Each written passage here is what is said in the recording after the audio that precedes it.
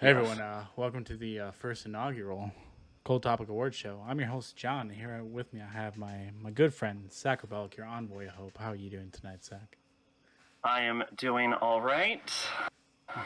React for the first time. Oh my god, it's a suit. We definitely didn't react to this. I should have worn mine, but I didn't because I almost did. And you didn't. I almost did. My suit is in the closet right now, and it is balls hot in my room, and I don't feel like getting my AC and bringing it in here.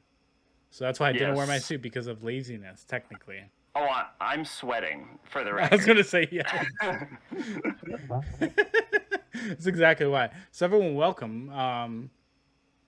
This is our new thing that we're going to be doing every year. Oh, yeah. And I got champagne. And pour. Oh, man, I poured it. Oh, man, look at all that pouring. I just did. And I also have wine, because we keep it classy here for the awards show. Yes. Wine and champagne, only the best. For the best and worst of 2020 and 2021/2022. There's a little bit of every year. Well, the first year of the podcast and the second year of the podcast. Yeah, the first and second year. Really, this award show bisects the years entirely. It does, yeah. So anyways, what are our categories tonight, Zach? Oh, wait, hold on. 3, 2, 1, cheers. Oh, yeah, 3, 2, 1, cheers. All right. 3, 2, 1, cheers. Clinky. Clank, clank, clank, clank. Clink. I'm going to be fucking hammered by the end of this. Oh my god, this is like my second glass of wine, honestly.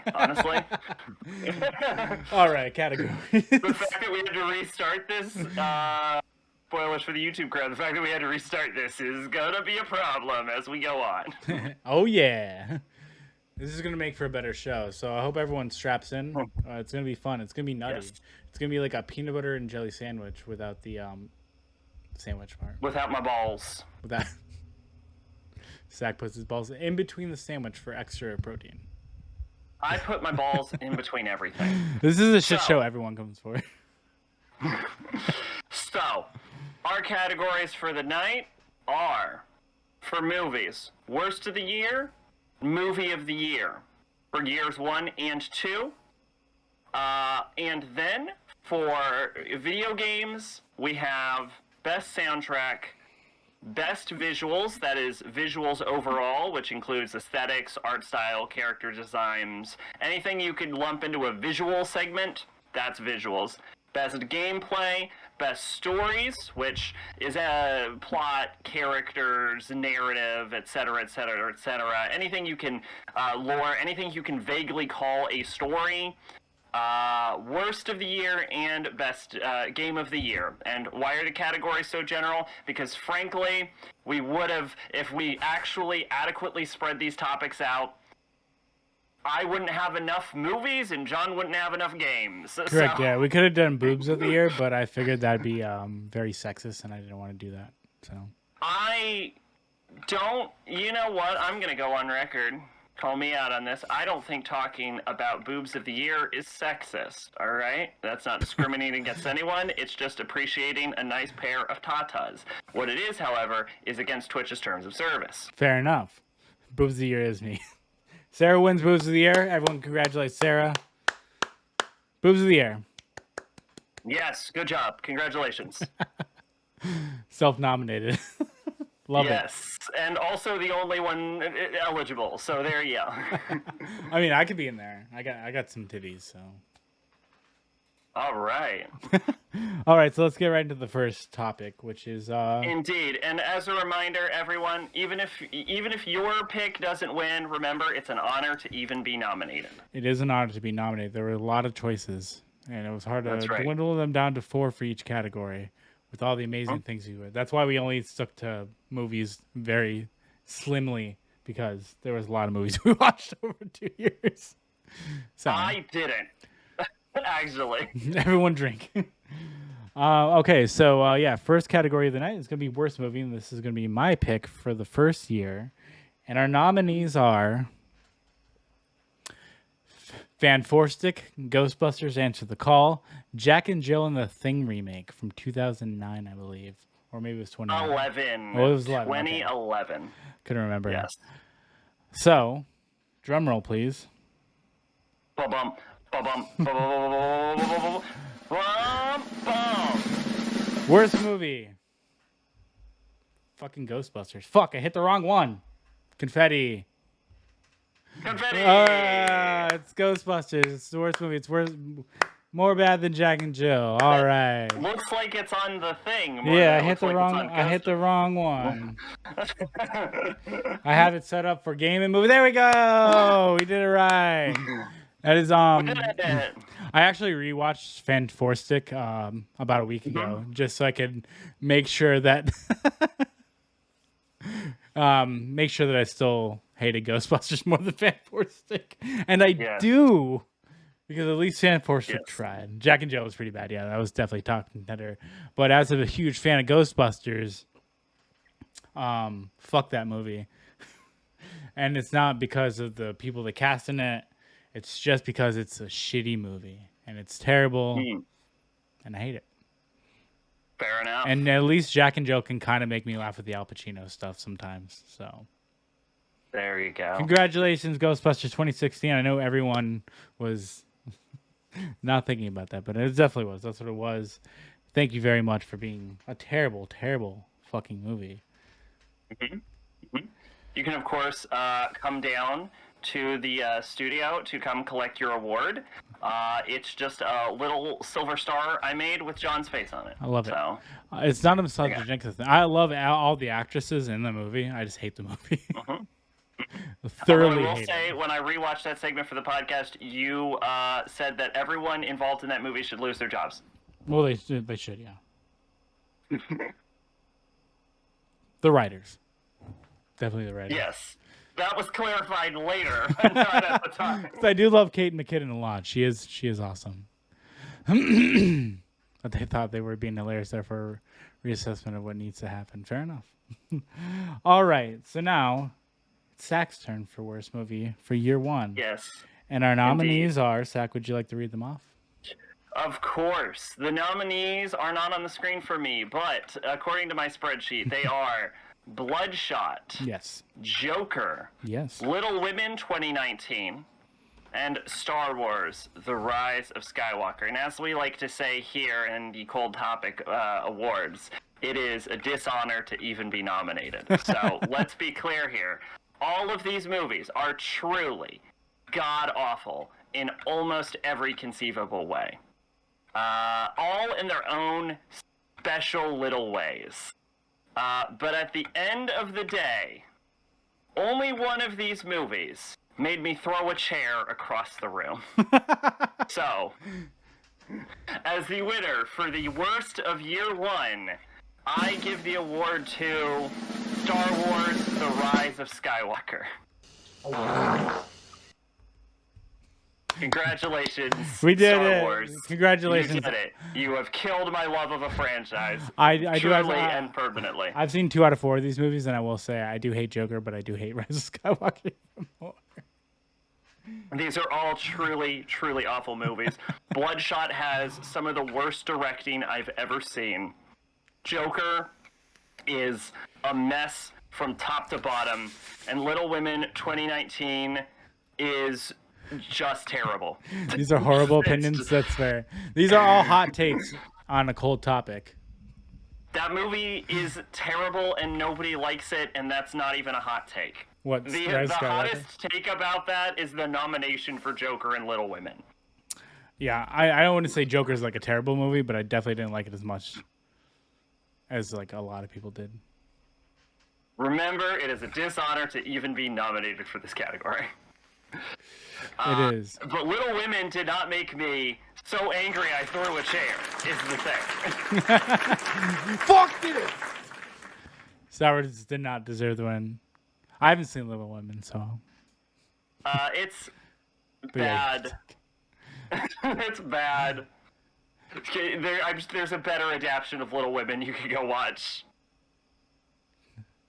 So, Little Women didn't make you that angry. No, Little Women was probably the better of all of them. This is for worst movie. No. The best of all of these is. Is it? I don't even know anything. Joker. I think it's Joker. It probably honestly, would be Joker. Yeah. If I had to pick, I think it's Joker. I don't know. I refuse to watch Bloodshot, and yeah, I haven't seen Little Women. That is for sure. That's fair. That's fair. We're gonna have fucking problems. How much wine can you drink before you get sulfite poisoning? That's a good question. I don't know. We're gonna find out though. Yeah. All right. So the next one is best movie of the first year. Yes. This is from me. This is mine. And our nominees are Marriage Story, Requiem for a Dream, The Social Network, and Zack Snyder's Justice League. Now, these are all pretty solid movies. The worst of the bunch is definitely Justice League. But the reason it's on here is because it's a vast improvement of the original Justice League. So, yes. Yeah, these are the good ones. These are the movies of the year, the best ones. It's an honor to even be nominated. It is. It's an honor to be nominated for this category. Yes. Yeah, all these movies are pretty damn good. I do like The Social Network a lot. I don't know why. I'm on a huge Jesse Eisenberg kick lately. I've been watching a shit ton of his movies. I have seen Social Network. It is a pretty decent movie. Yeah. I also Andrew Garfield is in there, and the guy that eats people. I mean, he reminds me of Mark Zuck. Like, he's a Zuck, bro. Everywhere I look, I see his face. But anyways, so without further ado, winner of year one for best movie is fucking Marriage Story. Why? Because I'm a sucker for a rom-com, bitch. Ooh, I did not see that coming. Yes. I was thinking Requiem for a Dream. It's very close to Requiem. Those are the two movies I'm like, okay. I feel like we all thought those were the contenders, frankly. Those are definitely the top two. It was really hard to pick which one. It was very close to being Requiem though. I actually had to do a coin flip for this one earlier today. In order to settle the Bait and Marriage Story one, so.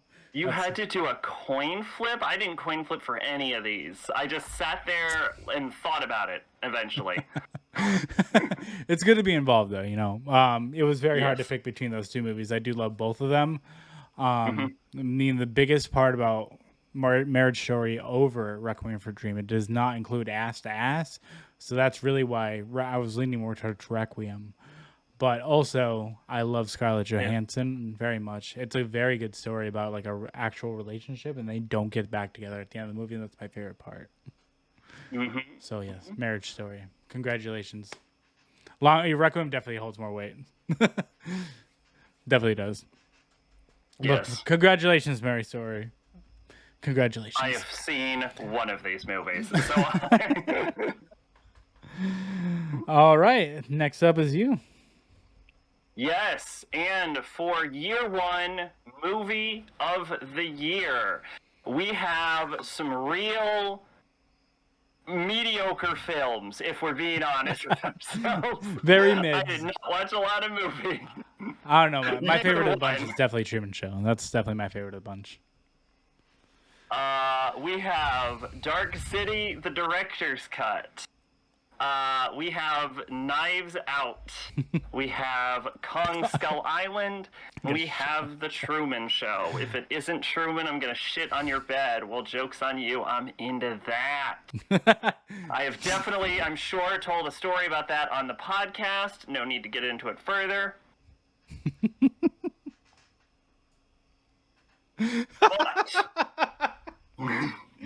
All right. Anything you want to say before we announce?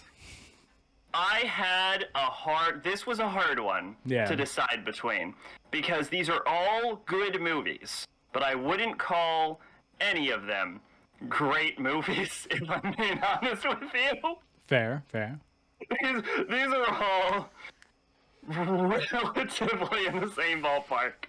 I would say that objectively, straight quality, probably The Truman Show is the best one. Definitely, yeah. But the fact that I'm saying that tells you that I'm going to pivot. And I'm going to go by pure, unadulterated entertainment value. Because let's be honest, that's all that matters. And so, it is my great dishonor to announce the winner as Kong Skull Island. I can't believe I just said that. I did like that movie a lot, though, so I mean, that's fair. I think it's the only giant monster film of the 4 that is actually good. That's fair. Runny shits on your shades. Oh my god. That's fine. They're very easily washed. You can wash out the shit, but you never wash out the memories. So congratulations, Kong. Why would I want to? That's fair, yeah. Kong, good movie. I actually do like that movie a lot. I would have honestly, this would have been hard too between Kong or Truman, but I probably would have picked Truman. Oh, Knives Out was also in the running, for the record. For the record, don't count Knives Out. It wasn't like a race between 2. It was a race between like 3 of them. That's fair, yeah. Dark City's decent, but... And thus concludes the movie portion of year 1. So we're gonna move on. There's a lot of buttons I have to press, so bear with me. It's only gonna get worse as it goes on. We all love buttons. Buttons are our favorite. Buttons are good, yeah. Luckily, I set it up so I can conveniently get to whatever I need when I need it. So next year, favorite buttons. Oh shit! Favorite buttons. Mm-hmm. And the winner is all of them. Wooden. All right, so for this next part, we're talking about religion and politics, knowing me slightly for about 3 seconds, and then we're moving on. So first category is year 1 soundtrack, and my nominees are. This is my category. Mm-hmm. We have Dragon Quest XI, Hollow Knight, Persona 5, and River City Girls. All these games have pretty killer soundtracks. What's up, Degla? I can testify that 2 of them are certified bangers, at least. Hollow Knight and Persona 5. Indeed. Nailed it. Yes, all of them have very, very good music. But the winner is...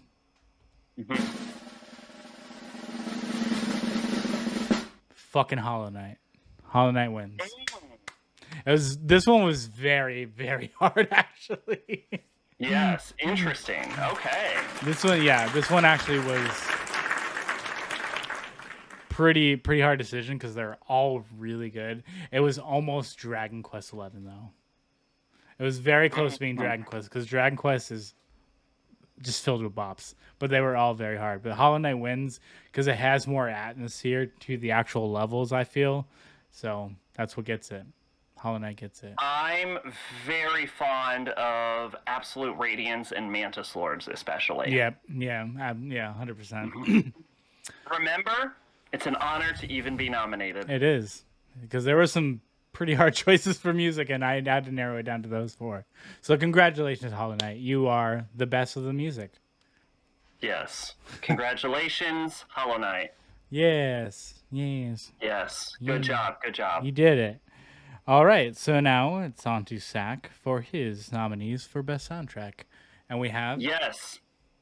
My year 1 Best Soundtrack nominees are Bravely Default, Drakengard 3, Fire Emblem 3 Houses, and Persona 5 Strikers. All excellent choices, all excellent soundtracks. I'm not gonna lie, this one is a little hard to choose from. Yeah, these are pretty beefy ones. But at the end of the day, and I do, let's be clear, probably listen to pieces of all of these soundtracks on the monthly, right?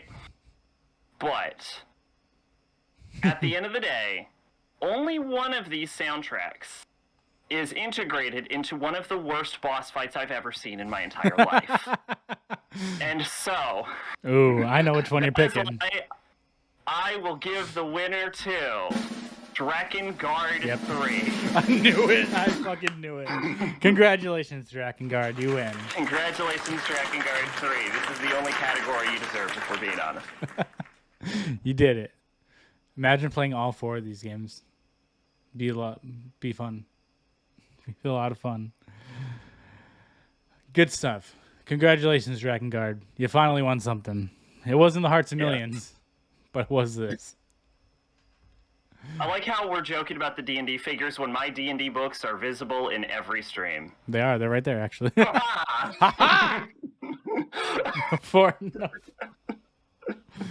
Got you. All right. Next category. All right. So this is year one visuals, and this is mine. So our nominees. Remember, the visual category is super, super generic and includes aesthetics, art style, graphics, character design, anything visual. Anything visual. And our nominees, well, my nominees for year one are Final Fantasy VII, the remake of the remake of the remake, God of War, Paper Mario Origami King, and River City Girls. All of these games. That is God of War 2018. That was I picked the wrong person. I segregated everything by people. By Sack and I. Yes. So that didn't sound right. I want to rephrase that. Taking that back. No, we're all pro segregation. Everyone understands. So all these games have different types of art styles, which is why they're where they are.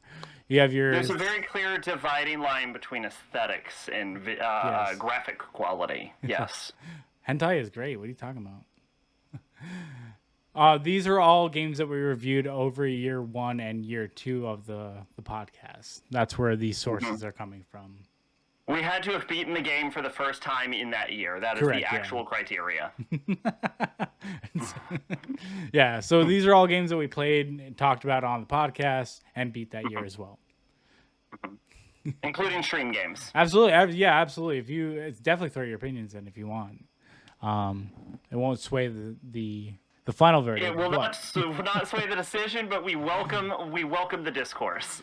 Yeah. I wanted to make a poll, but then I just didn't. Fair enough. I want 1/3 of the vote. I mean, even if you had 1/3 of the vote, it would still be. Yeah. So, if it's whoever's topic, whoever's award it was. So these are my nominees, and the winner for sexiest game visuals is, drumroll please, River City Girls. Ooh, yep. Okay. I didn't see that coming. I know. I'm sorry. Yes, you may be wondering how a 16-bit looking game won. It's because I'm a sucker for 16-bit graphics. That's why. No, it's the aesthetics. I get it. It is. It looks really nice. This game overall is so good. It's everything from. I think I gave it like an 8.5 on the podcast when I initially reviewed it, and that still stands because this game is very good. But when it comes to looking at the game and how I like it, River City wins. I'm sorry. Final Fantasy, God of War, and Paper Mario are all great looking games. They all have great art design. But when it comes to just like enjoying consistently what I'm looking at, it's definitely River City. Colors are popping. It also looks has nice. Great character designs. I will acknowledge that. It does, yeah. Very good character design. So nothing against any of these other games, but I like looking at River City Girls the best. So congratulations, you're the winner. We love you. Nice. Good job. Spoiler, Degla, John didn't finish Superman 64, so it wasn't eligible for Worst of the Year. It was not, yeah. It was not, unfortunately. Maybe someday. That would have been a slam and dunk, I'm betting. I don't know. I played some shitty games, so that's a really hard thing to really, All right, Zach, what are your best visuals for that year? Yes, my best visuals for year one are Code Vein, Cyberpunk 2077, Drakengard 3, and nominated for the second time tonight, Persona 5 Strikers.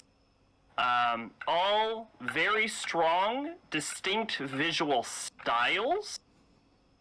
All also, you'll notice, except for Code Vein, all having very bold color palettes, because we all know I'm a sucker for a good color. Who isn't? But I'm just going to run and grab my wine. Keep going. That when it comes down to it, right? Bold color palettes, good character designs, good visuals, and just in general, you know what I'm talking about. And graphical quality. At the end, only one of these games manages to hit every checkbox. And so, the only award it could possibly win, Year 1 Best Visuals, Cyberpunk 2077. I actually have ray tracing and RTX for the record, Degla, but I choose to turn it off so that the game runs smoother. Congratulations! I ran downstairs, upstairs like as fast as I could to get back in time. The problem is there's a stream delay, so I can't vamp until you get back. Fair enough, yeah. Because I have no idea where you are.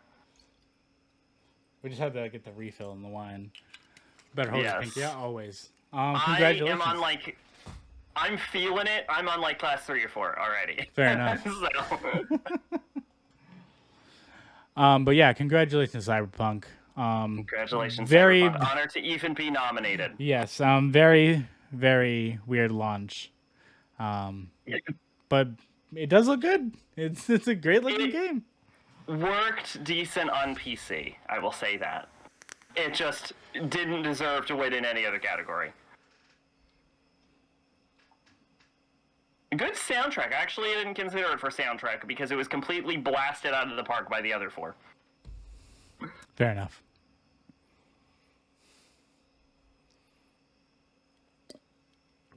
All right. Good shit. Congratulations. You did it. You finally won something that wasn't that was good and not bad. Yes. And it's the only award you were even eligible for, to be fair. So suck it, CD Projekt Red. Yes, I enjoy your games to a minor degree. All right. Next category. We're doing gameplay. Mm-hmm. Now, Zach, explain what that means to the good people. Do I have? It's how the game feels when you play it and how much fun you have pressing the buttons or keys. Exactly. I felt gameplay like soundtrack was self-explanatory, but there you go. Hey, you never know. So my nominees for year 1 are Bloodborne, Hollow Knight, Monster Hunter World, and Vader Immortal. All VR game. Vastly different games. Yes, a VR game in there. I felt like I had to throw one VR game somewhere in there, and because it's gameplay, I felt like that was a perfect category for it. Because let's be honest, VR is still a far ways off, and sometimes the visuals aren't great. Soundtrack is kind of weird, but gameplay-wise, Vader Immortal was a lot of fun. Same thing with Monster Hunter World, Bloodborne, and Hollow Knight. But just like a Highlander, there can only be one. So indeed. This year for best gameplay, we are nominating. We've nominated them all. Bloodborne. We're picking Bloodborne. We're picking Bloodborne. We're picking Bloodborne. There you go. That's a fair choice. Yeah. Can we edit that out? We can and we will. Hey, this is what you watch live, folks. Yes, Bloodborne was a lot of fun when I played it. It's my favorite FromSoft game. Favorite looking, favorite play-wise. Just a lot of fun. If you didn't choose Bloodborne, I would have just pretended like you did. Yes, all these games are fun to play, though. So nothing against them. But Bloodborne, I had the most fun playing from a gameplay perspective. So congratulations, Bloodborne. Congratulations, Bloodborne. You the best. DJ Khaled. DJ Khaled. Yeah, we the I don't know best. If that's what his tag sounds like anymore. I'm too many glasses of wine in, but remember, it's an honor to even be nominated. It really is. It's a true honor. Yes. Next year's will be a lot different. Yeah, the year 2 one? Yeah. All right, moving on to Zach and his picks for best gameplay. And his nominees are... My nominees for best gameplay for year 1 are Bravely Second and Lair, Code Vein, Cyberpunk 2077, And nominated for the third award in a row, we have Persona 5 Strikers. So, I don't think I need to say that all of these games play pretty damn well. Some of these games you can probably dismiss outright. One specifically, because someone said something earlier that they shouldn't have. But... Oops! But... that aside, it was also, let's be honest, had the worst gameplay of the four. So it's fine. It wasn't really much of a contender.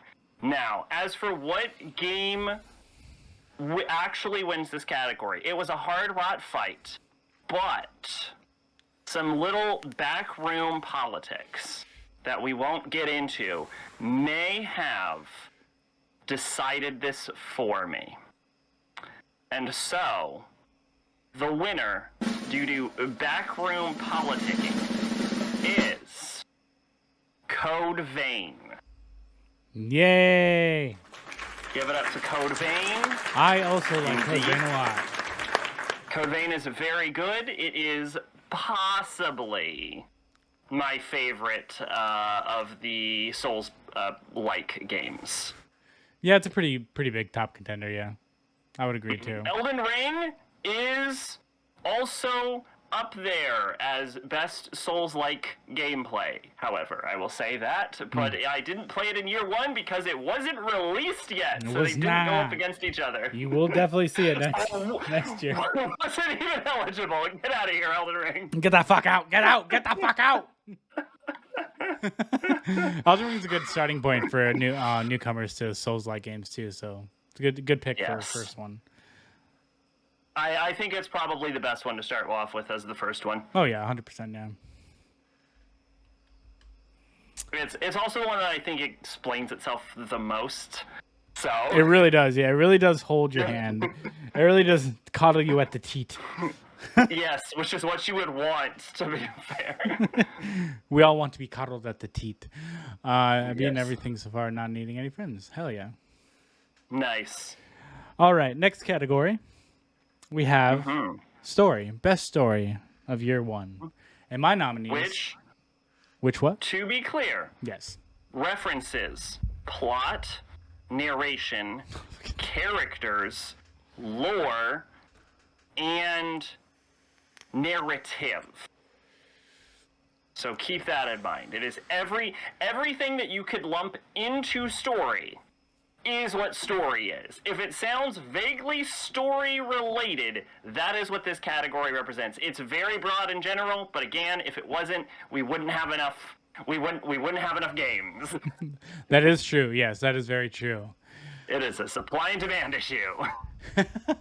So my nominees for year one are Bloodborne, Marvel's The Avengers, Persona 5, and Trials of Mana. Ooh. I just want to be clear about Marvel's Avengers. I do shit that talk this game a lot, yes, but it still does have a very good story. So I want to preface that first, because it's the end game content of Avengers that is the worst, because there's nothing to do after beat these stories.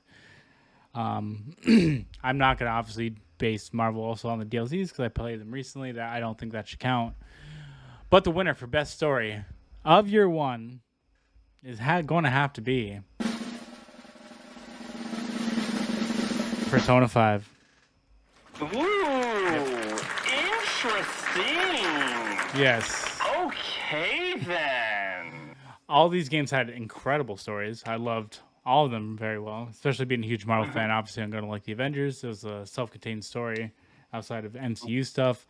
Bloodborne Definitely story. Gets the character points. Yeah, Bloodborne story is probably still my favorite out of the Souls games, just because I like the aesthetic of the entire story and a lot of the characters in it as well. Trials was very good as well. Would not be wrong on Bloodborne. It would definitely be Bloodborne or DS2. There really, truly are no other contenders, if we're being honest. Yeah, correct. But Persona 5 had a lot of characters, a lot of relationships, and a lot of different story elements to it. So it definitely takes the cake when it comes to story. It was a good play. I definitely want to play again and do another run of it. And I do own Royale now, so I can play the extra content as well. So it'll be like a different game almost. So I'm pretty excited for that. So congratulations, Persona 5, you win. Congratulations. Also, fun fact, currently sitting at number 2 on the favorites list on my Discord. Good game. Very good game. Play right it. Behind Metal Gear Solid. Fun facts. The most solid Metal Gears. And, well, is it? Yeah, it is. Maybe. Yeah, probably. All right, now for Sack's pick for story. Yes. What are your Best nominees? Story. We have Bravely Default, Bravely Second and Lair, Fire Emblem Three Houses, and Persona 5 Strikers be nominated for the 4th award in a row. As we always say, it is an honor to even be nominated. Now, I'm not going to lie to you. This one was a battle. I probably spent a half hour just thinking about this specific award. Story is one of the harder ones, so... This is the debate, because I always tend to play story-heavy games, in fact. So it's like, well, who comes out on top? And I'm not going to lie, this was a rough one. But after much deliberation, over a half hour of thinking about it, the answer that I have settled on, and I'm not even necessarily sure if it should win. I'm still a bit in the middle. But the one I have settled on is, for year 1, best story, Fire Emblem Three Houses. Congratulations. Congratulations. This is a hard pick. Fire Emblem This is a Three very Houses. hard pick, yeah, so... Yes. These are all some pretty... But at the end of the day, 4 plot lines and just a multitude of characters that you can't help but love or hate. But isn't that also part of it? That is true, yeah. It is also part of it. So congratulations, Fire Emblem. Still need to play Congratulations. it. I still need to finish all these games, actually. You should play all of these games. Yeah. Honestly, I recommend all of them. Yeah, I think, Strikers I'm halfway through. Bravely Default I'm like a couple hours in. I haven't touched the other two yet, but they're on my list. Yes. Yeah. Congratulations. Congratulations.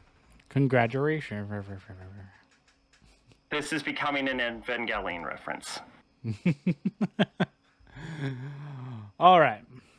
So, next category. We have the worst game that we played of that year. And as we always say, it's an honor to even be dishonor to even be nominated. Exactly, it is. So my nominees for worst game for year 1 are Demon Souls, Marvel's Avengers, Paper Mario: The Origami King, and Phasmophobia. One of these is a hot take that I demand answers on. Demon Souls? Yes. Fair enough. All these games have strong points, strong parts of them. But some of them are just kind of, boring to play after a while and don't really give much challenge, and some of the mechanics are broken in them. So my pick for worst of the year for year 1 is Marvel's Avengers. Thank God. If it was Demon Souls, I would have walked out. It was not. Why is it on the... I care more about this than why Marvel's Avengers... Why is it on the list? No, Demon Souls is on here. Because... Is it because it's just broken? It's broken as fuck. It's so fair broken. Enough. Yeah. That is the only reason why it's on there, and I knew it would upset you. But Avengers wins because out of all these games, I had fun playing them, but they were definitely like the 4 worst games that I played throughout that year. The only reason why I say Phasmophobia is bad is because the team I always play with is never good, and we know it's just a matchmaking issue. Yeah, it's a friend issue. It's a people I play with issue. But yeah, all these games are good in their own way, but unfortunately, I would totally, yeah. Unfortunately, Marvel takes the cake because out of all these games, I was hyped the most about Avengers, and it let me down the most. And it still continues to let me down because they released Spider-Man, and he is one of the worst iterations of Spider-Man I've ever played in video game form. So congratulations, You called Avengers. him the worst character in the game, in fact. Yeah, he is 100%. Yeah. I would honestly rather play as Black Widow or Hawkeye, one of the Hawkeyes, over him any day. And I love Spider-Man to death. But yeah, fuck you, Avengers. I would die for Spider-Man. It's also funny that this was also nominated for Best Story and still won game worst of the year. All right, moving on. All right, moving on. So we have Sax picks for worst of the year. For worst of the year. Mm-hmm. Now, I streamed all of these games. So, now that Made's here, Made understands what is happening right now.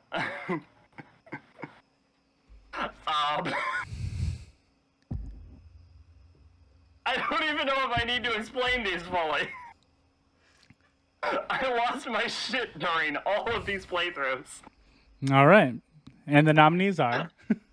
The nominees are Fist of the North Star, Lost Paradise, which is, of course, a Mac tier viewer request. Gotta love Mac tier. And the game that forced viewer requests to have harder restrictions on it. Mine still made it through, and I love it.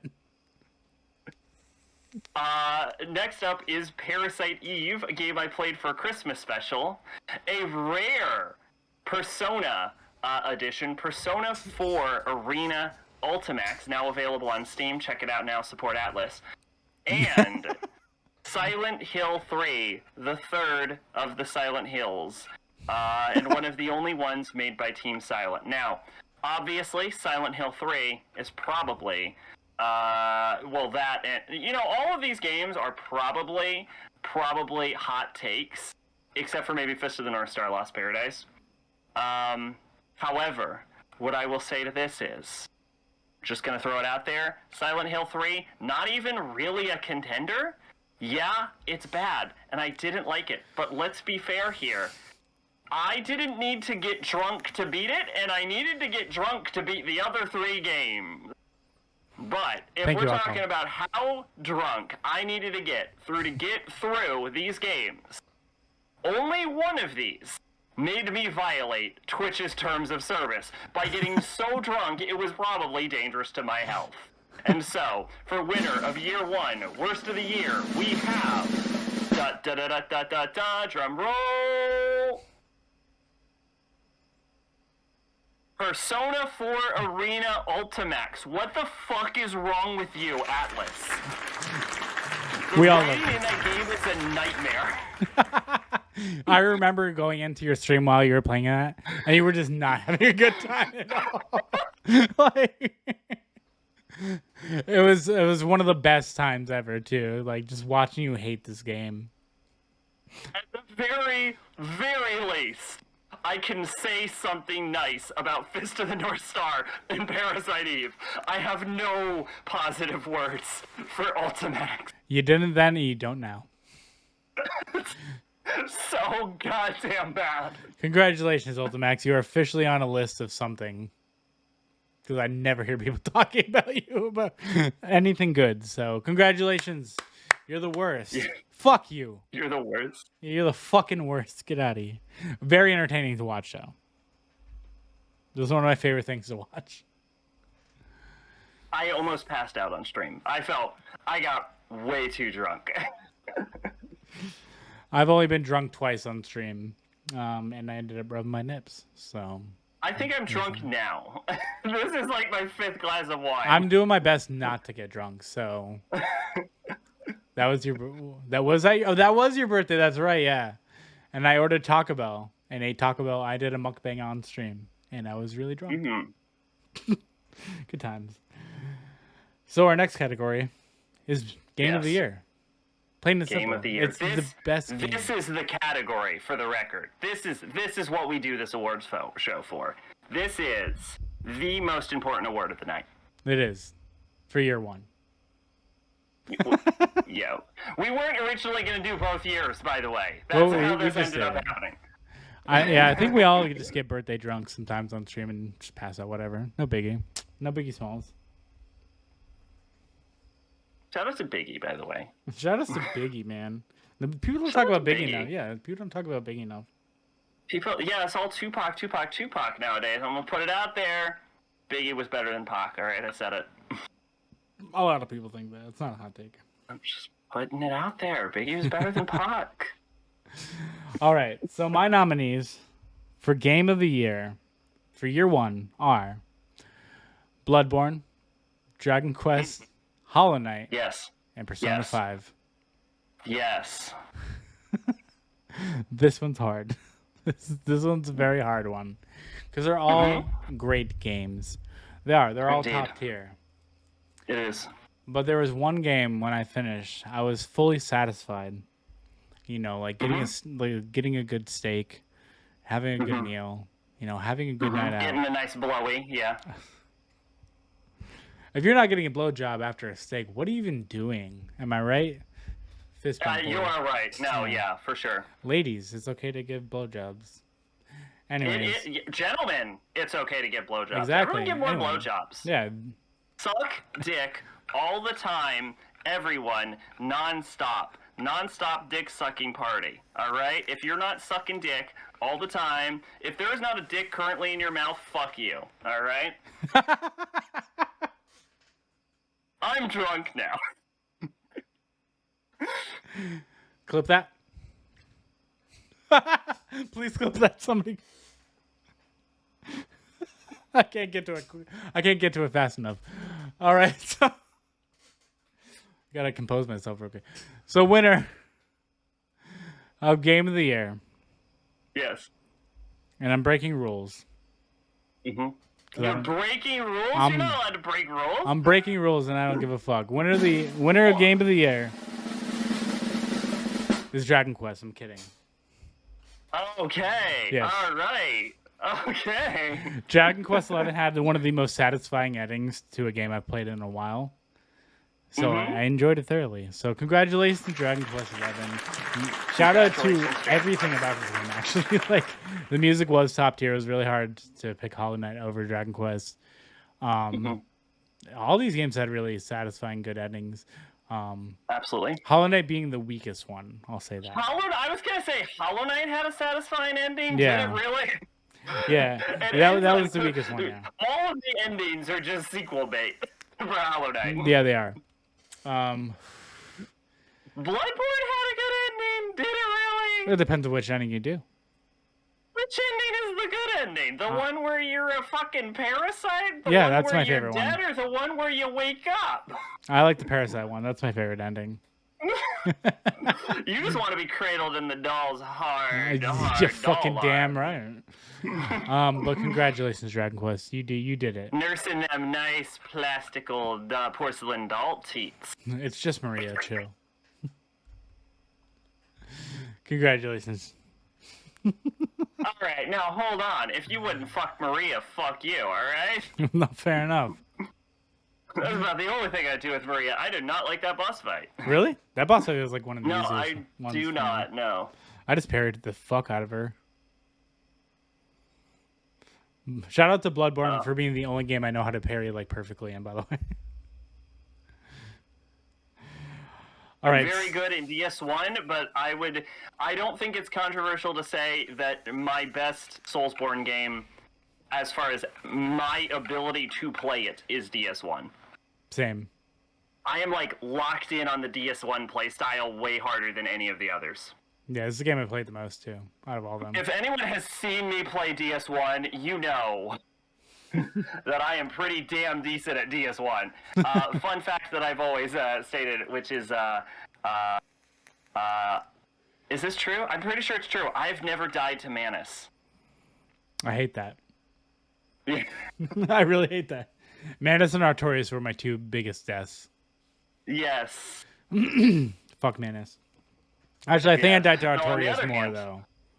I have died a comical amount of times to Iron Golem. Yeah, that does make sense. I also know how to do Confuses the everyone. cheese. Yeah, I know how to do the cheese now. So, all right. So for Sacks, Game of the Year, Yes. your Yes. nominees are. Yes. My nominees are Bravely, Second, and Lair. I can't even read. I'm that drunk now. Excuse me. Fire Emblem, 3 Houses. Persona 5 Strikers for the 5th award Yes. nominee. I think it was only on one. It wasn't on one yet. It wasn't on the worst of the year list. That was the only one it wasn't on. And one coming out of nowhere, haven't even mentioned it this entire time. You probably didn't even realize. Resident Evil 4. Yeah. Ooh. It's a good game. Good, well-known fact that on the first Halloween October event, I actually fell in love with the Resident Evil franchise, and I've been a long-term Resident Evil fan since then. Also, fun fact, Resident Evil, my first video game that I ever played. Wasn't that a fun fact? The original one for PS1, though. The worst. So, long history with Resident Evil, well-known Persona fan. Everyone knows my love of Persona, all right? And, of course, I have talked for an hour on the podcast about Bravely Second and Lair and Fire Emblem 3 Houses. And let me tell you that this was a debate, all right? This took quite a long time to fully decide which one would win this. But after a lot of thinking, a lot of deliberating, and a good amount of staring blankly at a screen while drooling, the decision came to that for certain reasons, one game had to win and one game had to lose. And so if a game had to win the Game of the Year award, I am going to give the Year 1 Game of the Year to Bravely Second and Lair. There you go. That's a pretty solid pick, yeah. All right, so now that we've said this, the debate was between Fire Emblem 3 Houses and Bravely Second and Lair. Well, okay. And the same debate was in Best Story. He chose poorly. It was a hard-ass decision, all right? I was at war with myself trying to figure it out. But at the end, Bravely Second had to win. Now, as a quick aside, Bravely Second also should have won Best Gameplay. But when I said backroom politics, there may have been a certain rule that John mentioned that he shouldn't have. Oops. That may have influenced that decision. Bravely Second and Lair has the greatest turn-based combat I have ever experienced in a video game. Leon's gonna suplex for us. And an amazing meta story. I mean, I've talked about my great love, and I've talked about spoilers. No reason to talk about it in the award show itself. But if you want to go watch that segment where I spoil major parts of the game, where I talk about it, go watch that. But yeah, Bravely Second and Lair, excellent choice. But really, it was Bravely Second or Fire Emblem, and one had to win one award, and one had to win the other award. So that's how we did it. Yes. Congratulations, Bravely. But remember, honor to even be nominated. So. It is. Good job, Bravely. Yes. Second. Yes. So that concludes all of Bravely your... Second. Yeah, go play it. And play I'm sorry, I'm cutting you off constantly. I am so... This is like Glass 6, I think. We're both getting there. Well, we're halfway through, so... Fucking blitz, dude. Yeah! Welcome to the award ceremony, motherfucker. Yeah. Yeah, Leon's gonna come and suplex it. Yeah, suck that dick. I'm gonna suck Leon's dick. Drunk you are. All right, so that concludes the end of year 1. So congratulations to all the nominees and all the winners for being the best, sometimes the worst, games that we've played and movies that we've watched. So congratulations, year 1. That was good. That was a solid year. Congratulations. You know, we're on year 2 now, and making our way towards year 3. And boy, has it been a wild ride over these last 2 years. We've had our goofs and gaffes, and we're ready for some more. Okay, we're ready for some more. So cheers to the Cold Topic podcast. Cheers to just fucking get drunk. Fuck it, who cares? Fucking get drunk, yeah. And if you, cheers to if you wouldn't suck Leon's dick, fuck you. Yeah, fuck you. I want to see shots. I do have whiskey downstairs, but I'm not mixing whiskey and wine because I will end up like calling like an ex-girlfriend or something. I have vodka and I have a shot glass, but what a terrible idea that would be. Yeah. I did think about doing shots for the worst, but then I was like, no, I can't do that. Yes, it would be an absolutely terrible. What I have noticed is that when I get drunk, my judgment isn't impaired at all. But my judgment is horrible. Do get more impulsive and less responsive to things. Fair enough. So my judgment is solid enough that I am aware that doing shots would be fucking stupid. It would also probably be a violation of terms of service because we get much more drunk. Twitch is going to get mad at us. Yes. That's when we have Discord parties where no one can say shit. Yes. We're legally as fucked up as you want. Yeah, legally, fuck you. Yeah. All right. If you don't get drunk on Discord parties, well, as long as you are of the legal age to drink and you are in an area where it is legal to possess and drink alcohol, fuck you. Fuck you. Peer pressure friends, yeah. That was always fun. I feel like you're not supposed to drink this much champagne. I feel like champagne is supposed to be fancy, and I've turned this into somehow not fancy. The last time I drank champagne was on New Year's of this year, and I drank the entire bottle. So there was a point where we had 6 bottles for whatever reason, and I cracked open one. And I was like, "This one's mine. This whole bottle is mine. Fuck you." And I drank the entire. To be fair, bottle. I don't think it's that alcoholic. It's like what, 9% or something. I should be able to drink this one. 10%. Yeah. How bad can it really be? I can go through 2 bottles and not want to die. I wish I could, but at my age, it's hard to drink a lot and not die. I don't feel that bad, but I think I'm more worried about the sulfites than the alcohol at this point. Yeah, I already have like a Powerade, aspirin, and 2 bottles of water by my bed, so I am I am fully prepared. I have never had a hangover. You were lucky because let me tell you, I have many a times.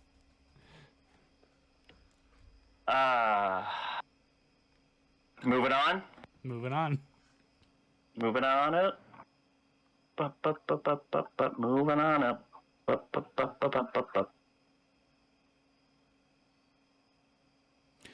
All right. So we're now on to year 2. Sorry, I was texting. We're now moving on to year 2, and we're going to start off with the worst movie of year 2. As always, I'm going first, and my nominees for worst movie are going to be Eternals, Marvel's Eternals. Mm-hmm. Yes. M. Night Shyamalan Ding Dong's Old, The Beach That Makes You Old, Rocky 3, The Beach That Makes You Old, and The Amazing Spider-Man 2.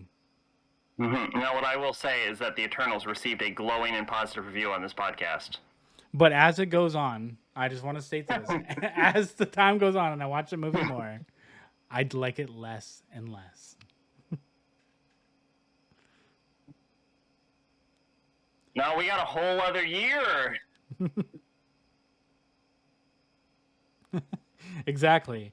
But there can only be one winner of the worst movie of this year. We've seen the nominations. We have. The worst movie of year 2 is going to be Spider-Man 2. The Amazing Spider-Man 2. Oh, nice. I was genuinely wondering whether it was going to be that or The Beach That Makes You Old. Yeah, those were the 2 movies that I really had to like to be because they're both fucking awful. But Spider-Man wins because As everyone knows, I'm a huge Spider-Man fan. And it's disappointed you the hardest. It is definitely this. I was already disappointed, like the fact when I watched Old, it was on the plane back from California, so it was more so like I need to kill time, so I'm gonna watch a shitty movie. But with Spider-Man, I chose to watch it, and I still regret every time I watch it because I just get more and more mad at this movie the more the times I watch it. It's the worst. I don't know what to say. I've shit talked this movie so many times. It's not. I didn't think it was going to be that big of a surprise, to be honest. It is a dishonor to even be nominated. It is a dishonor, yeah. But congratulations. The best movie definitely is probably going to be Eternals on this list, though. And congratulations. Now, what I will say about this is that we had the best discussion about Old, where I compared Old to the Waking Dead arc in JoJo Part 5, and I suggested dealing with the beach the same way they dealt with the Waking Dead arc, which was they throw it into a train. I still love the idea of throwing a whole ass beach into a train. Just put this sand and all, sand, water, and everything, coral. Throw it in. Yes, easily the best of the four topics on the podcast. The most watchable one is the Old one. Yeah. Fuck Old. Yes. But fuck Spider-Man more. Definitely fuck Spider-Man more. Yes. All right. Now, Sack. Yes. For year 2, what were your nominations? Oh, yes. My nominations for year 2, worst of the year, which, fun fact, year 2 was actually going to be the only year we did, and it was actually John's idea to do movies, so some of these were a little impromptu. But you're welcome. My nominees are Creed, which I think was Oscar nominated, Jumanji, Welcome to the Jungle, which is the third of the Jumanji film series and the first one of the reboot series. Let's be clear about that, because I have said that the second one is actually decent. Mad Max 2, The Road Warrior, and The Magnificent Seven. Now, all of these movies are bad in their own unique, special way.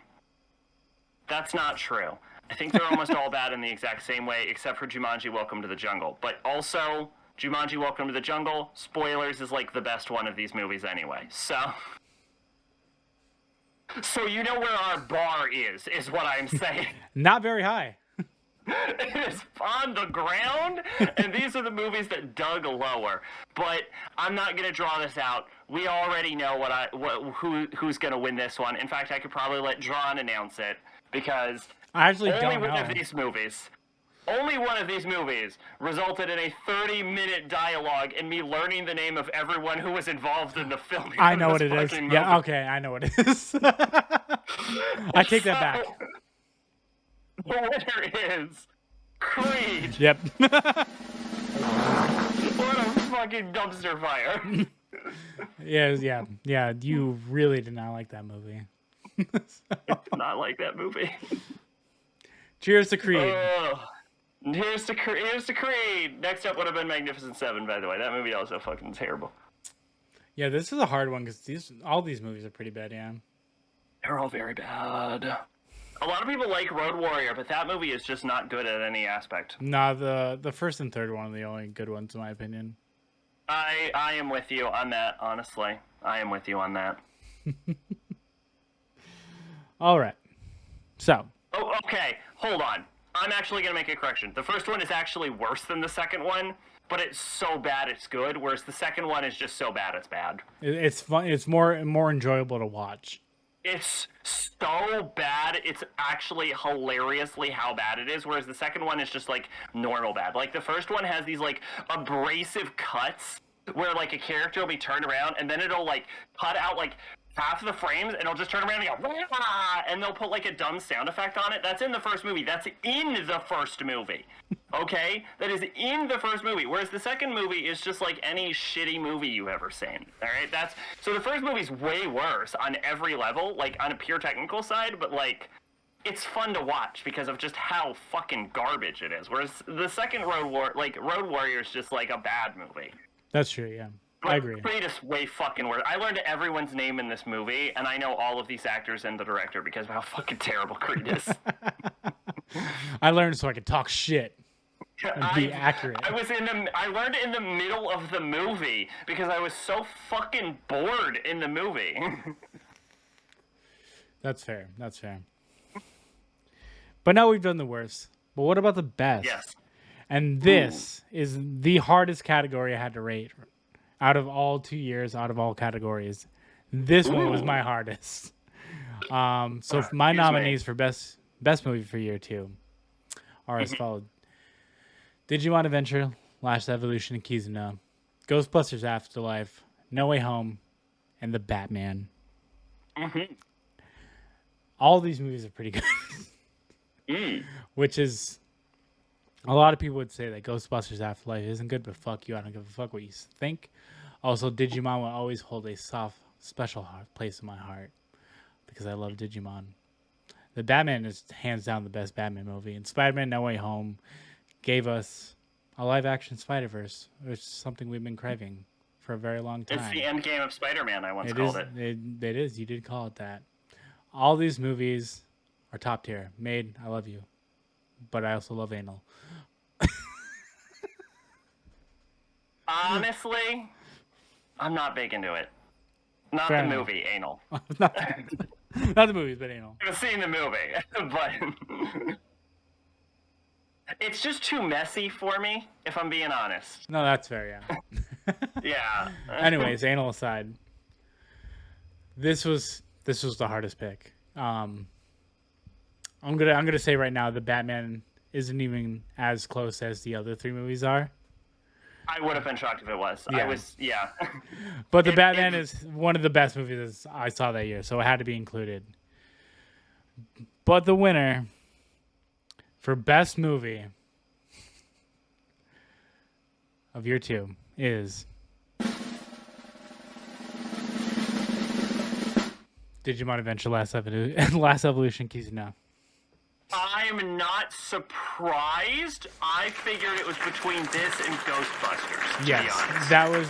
I might be underestimating your love of Spider-Man. There was a hard 3-way tie, honestly. But Digimon, it was the most emotional movie for me, and I also watched it with my daughter, too, and she loved it.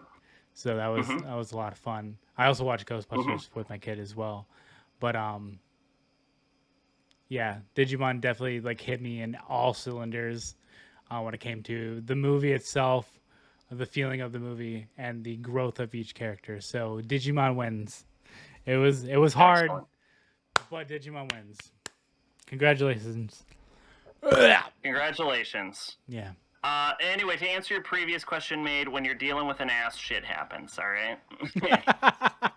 That is, shit literally does happen. Yeah, so, yeah. There's only so much you can be into that. Yeah. So much shit you can take. Yes, There's the movie that broke so John up like a jigsaw puzzle you just finished. Yeah, exactly, right? So that's my point exactly. Digimon was one of the, besides Ghostbusters, was the only 2 movies I talked about where I almost broke down on the podcast because I couldn't even think about it without getting emotional. So that's why I won. So Made brings a very good point. And I wouldn't change it for anything. Your reviews of both movies were absolutely glowing. They were. And now, Sack, your best movies of the year. My movies of the year. Now, I'm not going to lie to you on this one, all right? John said that his last topic was his hardest topic. My last topic was Game of the Year for year 1. That was my hardest topic. Everything else was just a slam dunk from that point on. Fair enough. But for movies of the year, we have, for year 2, 1917, No Country for Old Men, Rocky Balboa, and Rocky IV. Now, real quick, all right, let's not kid ourselves. Rocky IV, I have described as the worst Rocky movie, which makes it the best Rocky movie. Because it is the best one. So fucking terrible that it is amazing, and I love everything about it. And it doesn't fuck around. It's like the shortest one. It's an hour 30. It gets you in, it gets you Rocky, it gets you out. I love that about it. That should be the tagline. It gets you in, it gets you Rocky, it gets you out. Rocky Balboa is straight cinema, all right? This was an actual debate between Rocky IV and Rocky I.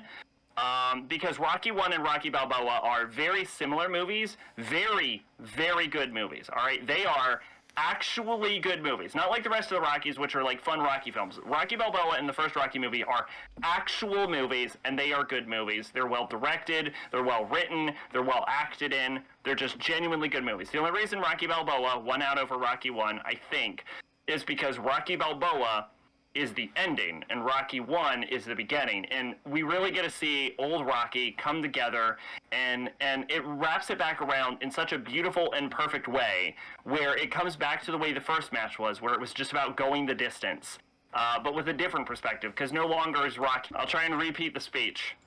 Okay. Round 2. What was the last thing I said? I have no idea. Shit. Did you hear me say the thing about Rocky Balboa being a great film? Yes. So just start there. Did you hear me say the thing about how as good as Rocky Balboa is and Rocky 4 is a terrible film but delightful in its own way, neither of them are actually contenders? Yes. Okay, excellent. So the real competition is between 1917 and No Country for Old Men, and I think we all know that, right? But at the end of the day, when I had to come down to it, and it took me a while, because these are two very excellent films, one scene stood in my mind, which is a young soldier charging sideways through the fucking no man's land to deliver a message to stop the charge into a German trap. And so for movie of the year, year 2, I give it to 1917. But for the love of God, go watch both movies. I'm not joking about that. Go watch. They are both very, very good. I haven't seen anything but Rocky 4. Okay, I'm not joking. Rocky Balboa is a good movie. For the love of God, go watch 1917 and No Country. Yeah, No Country's been on my list for a while. Watch No Country, watch 1917. I cannot understate, like, these two movies are, like, if you took one of these movies and moved them to last year, it would have won. But, like, it wouldn't have even been a contest. It would have just blown it out of the fucking water. It would have been a slam dunk. That's fair, yeah. Congratulations, Christopher Nolan. Excellent films. No Country is famous. It's well loved. Everyone knows No Country. Maids upset No Country didn't win. I understand. No Country's great. 1917 is also a very solid movie, taking place during World War I. Highly recommend it. It is shot in a way, it's in that like one take Birdman style. So it just keeps you in the action. At first, you think that's going to get distracting, but it works very well because it really helps you identify with the main character. Fair enough. So, highly recommend both of these movies. Go watch them at your earliest convenience. Congratulations. Congratulations, 1917. This was a hard one between those two, not between. I mean, again, Rocky Balboa and Rocky 4 are good, but like, seriously, they're not. Yeah. Surprisingly, year 2 is a lot harder to pick than year 1. Yes. Not for movies. For games, my year 1 game of the year was impossible. Yeah, the worst was easy, but the best was hard for movies. But games, however.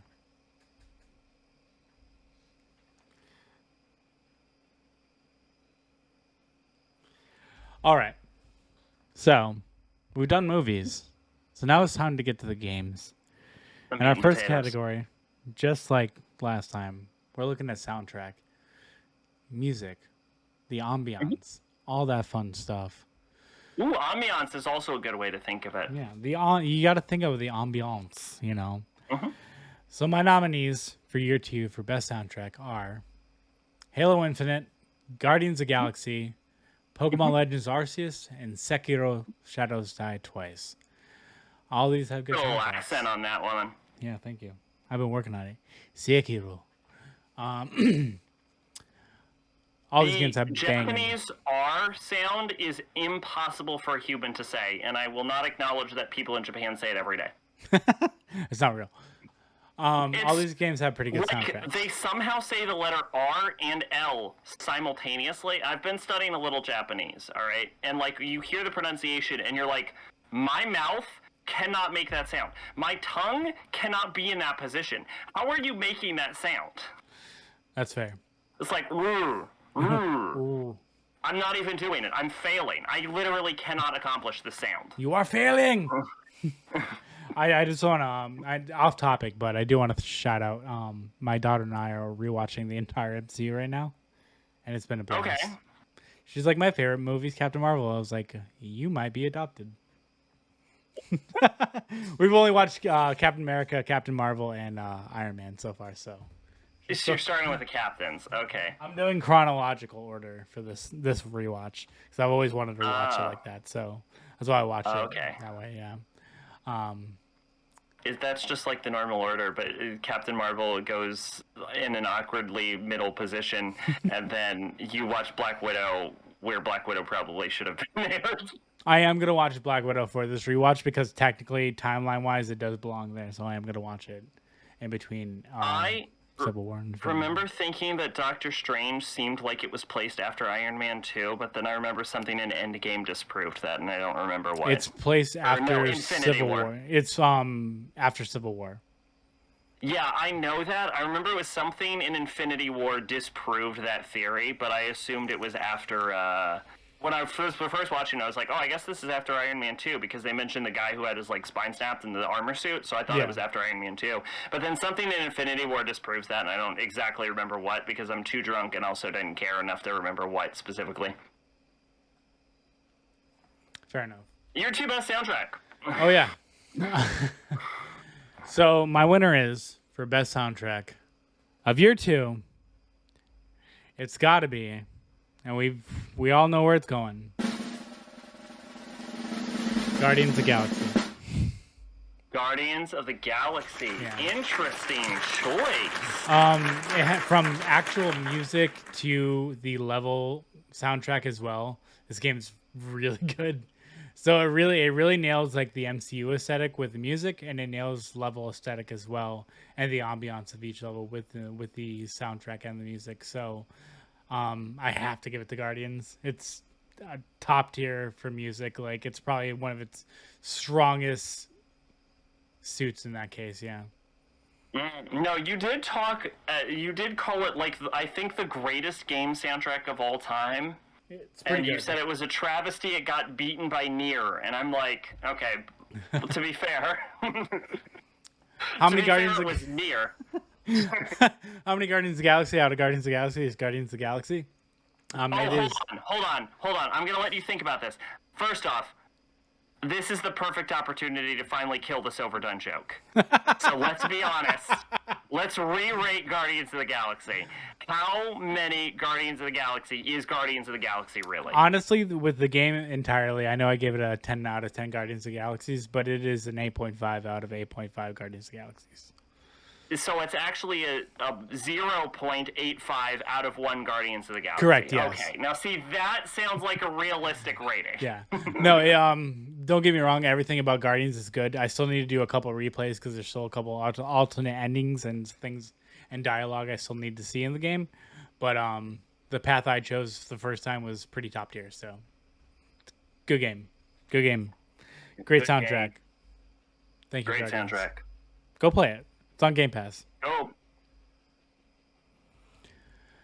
I'm fucked up. Yeah, I'm trying to work my my Stream Deck, and I was like, yeah, I made this nice, and it's perfect, but I just cannot operate it.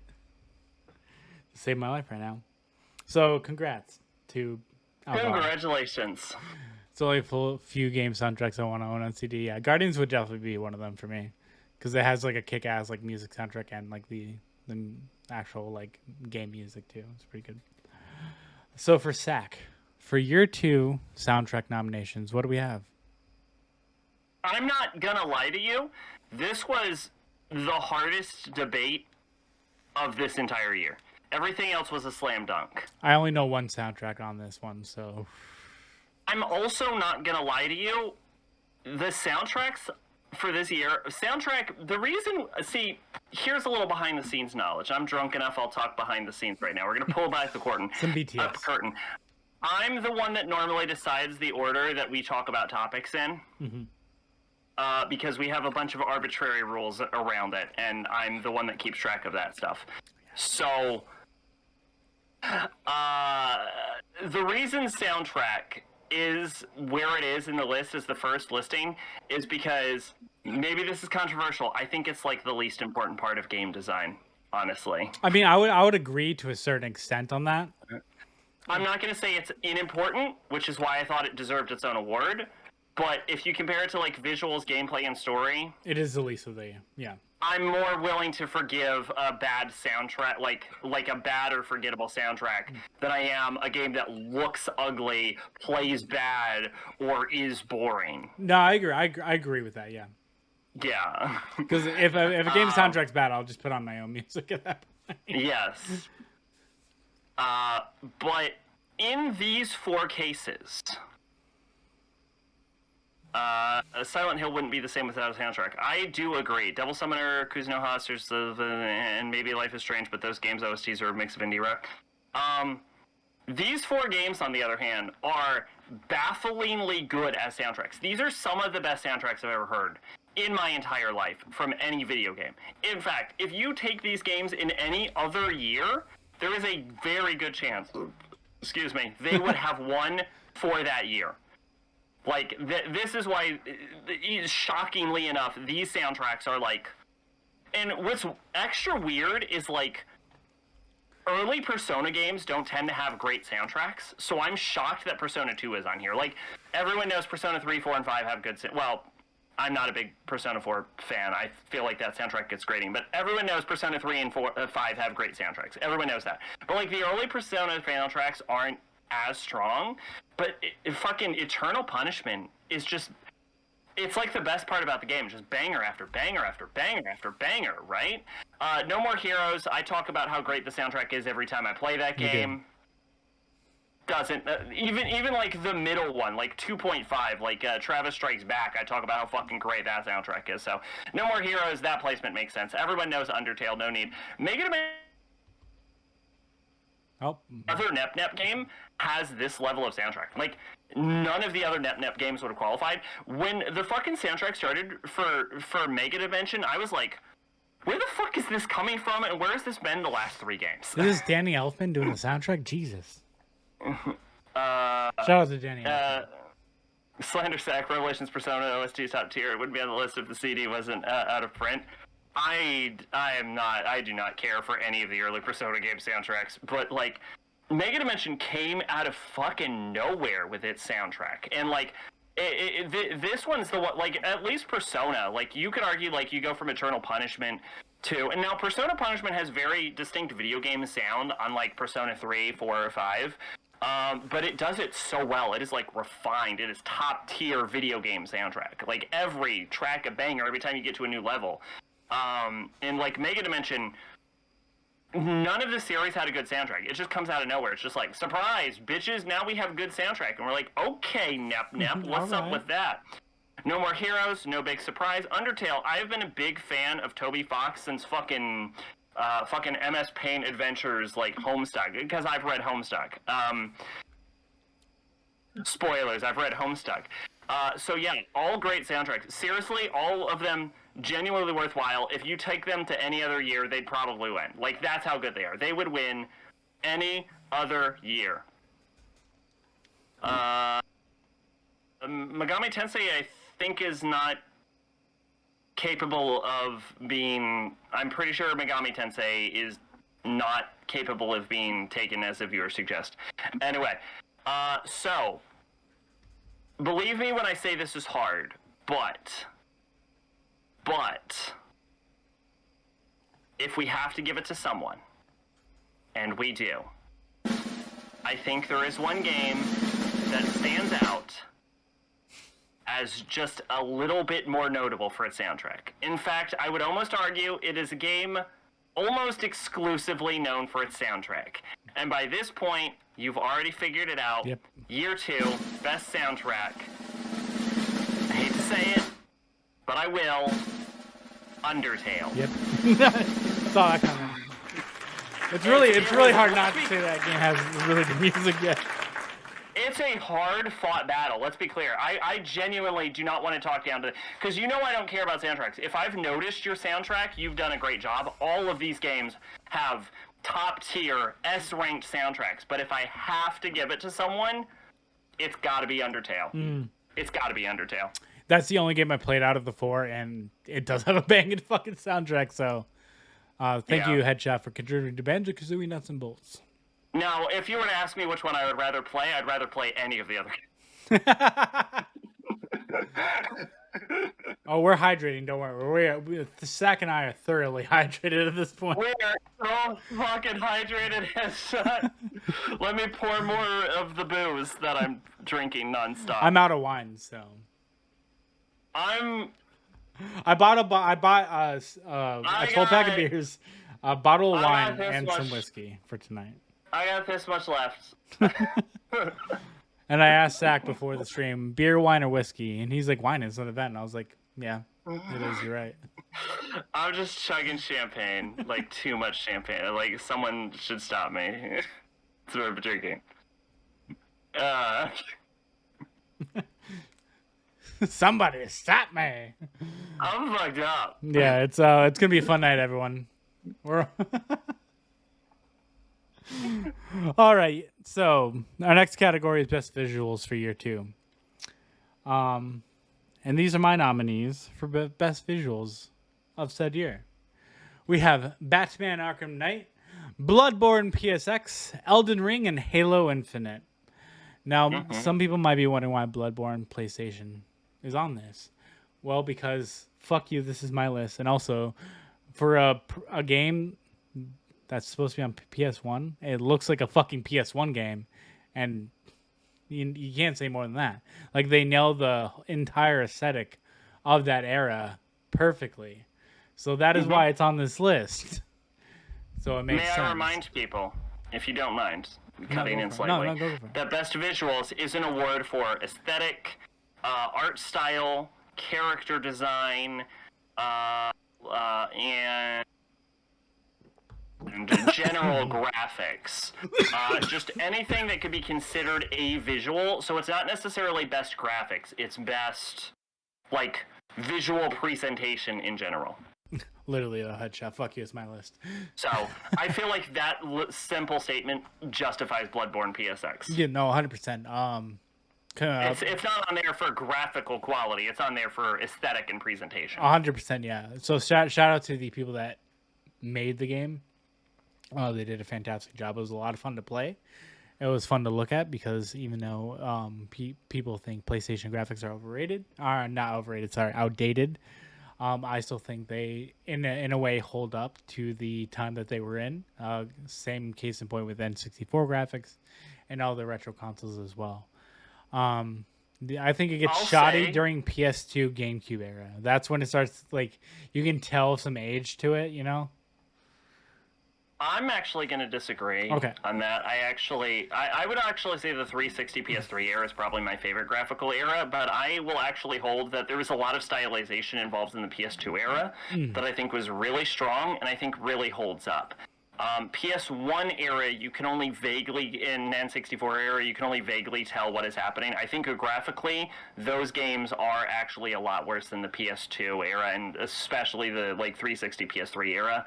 But what I will say in that regard is, if we're basing this on aesthetics, the goal of Bloodborne PSX was, to justify your choice, which I don't know why I'm doing, but I'm drunk, fuck you,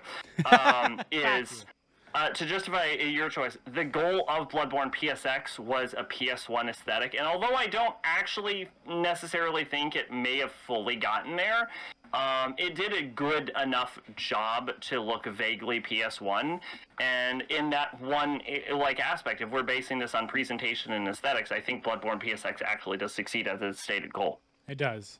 I think that game's a little too crisp for a PS1, for the record, but... Fair enough, yeah. Batman, even though I hated Arkham Knight, it does look really fucking good. I will say that. Even though the gameplay wise, it's poopy and ass, and story wise is also poopy and ass. Just overall, everything but visually, Arkham Knight does look good. Elden Ring, people might disagree with this, but it is the best looking Souls game. I mean, It is. People would disagree with that? Some people have, yeah. There's a couple people in the group I'm in that have still said that. I wouldn't DS2 even is the disagree best. with that. Yeah, some people are like, oh, DS2 looks the best. DS2 is... I could see a DS2 argument. I was going to say the only contender would be DS2. But I would even... we all know DS2 is my favorite. Elden Ring has not changed that. I don't think that surprises anyone. But, like, even I would put Elden Ring visually over DS2. Yeah. DS2 was obviously the reigning king until Elden Ring, but... Come on, even I have to say Elden Ring beats it out graphically. Now, I will admit that I could see detraction just based on the fact that Elden Ring is blatantly ripping off Berserk, but fucking who cares at this point? Like, saying Miyazaki ripped off Berserk is like saying the fucking sky is blue. Like, he likes feet. Yeah. Maidenless feet. But yes, Elden Ring definitely... one of the best looking games I've seen so far to come out in a good while. Actually, like, when it came to visuals, I wasn't expecting too much. When it came to like how the game looked, but it really surprised me in that aspect of that department. So shout out to Elden Ring. That Halo Infinite, again, another game they delayed to make the game look better, and boy howdy did they! Like in the story mode, at least, like the game looks great. Like it's like, I mean, it's not hard to say it's the best looking Halo game besides Halo 3, but and I'll stand on that post. I don't give a fuck. Fight me. But yeah, Halo Infinite also does look very good, especially like obviously running on max settings and everything. It's very smooth. Like, I'm glad they actually like delayed the game to take the time to fix this shit that like people were bitching about. So kudos to them. But there can only be one winner. And the winner for best visuals of year 2 goes to, drumroll please. I don't know why I'm asking. I'm literally the one that does it. Bloodborne PSX. Because it didn't try to be better than Bloodborne. It was its own thing. Okay, I have to give it to it. It did what it did. It wasn't the full game. They're going to come out with like some part 2 or some shit. But it was the most fun I've had, like, with like a, I guess you would call it like indie type game, because it kind of is in a way. Especially demake too. Like a lot of people do demakes and they're good, but Bloodborne is one of the best demakes I played in a while. They added some extra shit to it too, which I thought was really cool. Then for whatever reason they came out with Bloodborne cart for no apparent reason, but fuck it. So congratulations, Bloodborne PSX. You win.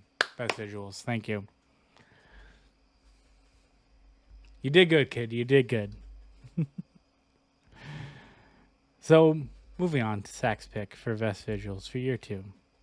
Zach, what do we have for you? I'm so fucking drunk, dude, that I forgot what category we're on. We're on best visuals year 2. Halo Infinite did have some unfortunate instances. I can barely rage. That's one of the reasons why I didn't win Headshot. To quote Lil Wayne, I'm fucked up. No, this is a stream treat. Maid's gonna call me an alcoholic. I haven't drank in like 5 or 6 months at this point. I drank Friday night, so. Alright, year 2, best visuals. We got Antechamber. We got Devil Summoner Soul Hackers. We got Firewatch. We got Mega Dimension Neptunia V2. Now, I'm not gonna lie with you. Soul Hackers is just on here because it's got some stellar character design. It's got great character design. That's visually, it's a fucking 3DS game. Like, it's like a 3DS game that was like ported from like a fucking like SNES or something. I don't. SNES to 3DS to PC and PlayStation. Yeah. So yeah, it's like 3 degrees removed. Like, it's on here just because fucking Kaneko. I would argue that these are like Kaneko's best character designs he's ever done. He just fucking knocked it out of the park on this. That's why it's on here. Let's be honest. Sega Saturn, thank you, mate. It's not a real contender. It's stellar character designs, though. He really did kill it. Well, I'm not a big Kaneko fan. I know Mate is. I'm not a big Kaneko fan, but he fucking killed it with the character designs in Soul Hackers. Check out Soul Hackers 2, releases in 5 days. Oh shit! About almost 4 days. Yeah, I just bought it yesterday. Just remind me of a joke by Glaber Oasis about messing with an officer who pulls you over. Anyway, yeah, let's throw Soul Hackers out here. Side note, unrelated. I just want to shout out my kid for asking for the Danganronpa collection for her birthday, so I bought it for her, even though it's rated M. Yeah. Shout out.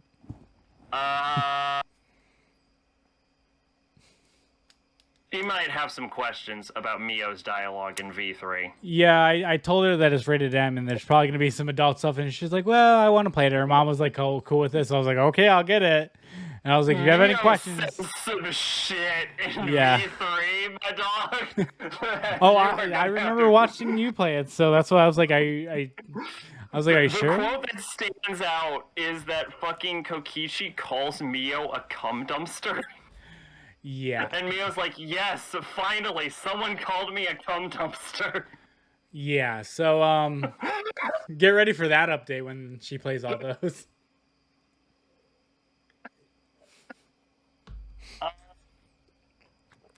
That'll be fun. Yes. Anyway. Yeah, so best visuals. Antichamber, Firewatch, Mega Dimension, Neptunia. All on here for very, very, very different reasons. If anyone's ever seen them, none of them are particularly on here for graphical reasons like Cyberpunk was in the previous year. I can understand why Firewatch is on there, because like having seen gameplay of it, like I can understand why it's on there. So that one makes sense. That game is beautiful. Yeah, no, that game is beautiful. That makes 100% sense. So. Firewatch's graphics also come to such like a big portion about that game's like idea is that like you're trying to escape your problems in the wilderness, so the wilderness has to hit, and it does. And a lot of that game is like a walking simulator where you walk around and you like really steep yourself in the wilderness, and it really adds to the like to the vibe of the game in Firewatch. Very strong. Yeah. Nep.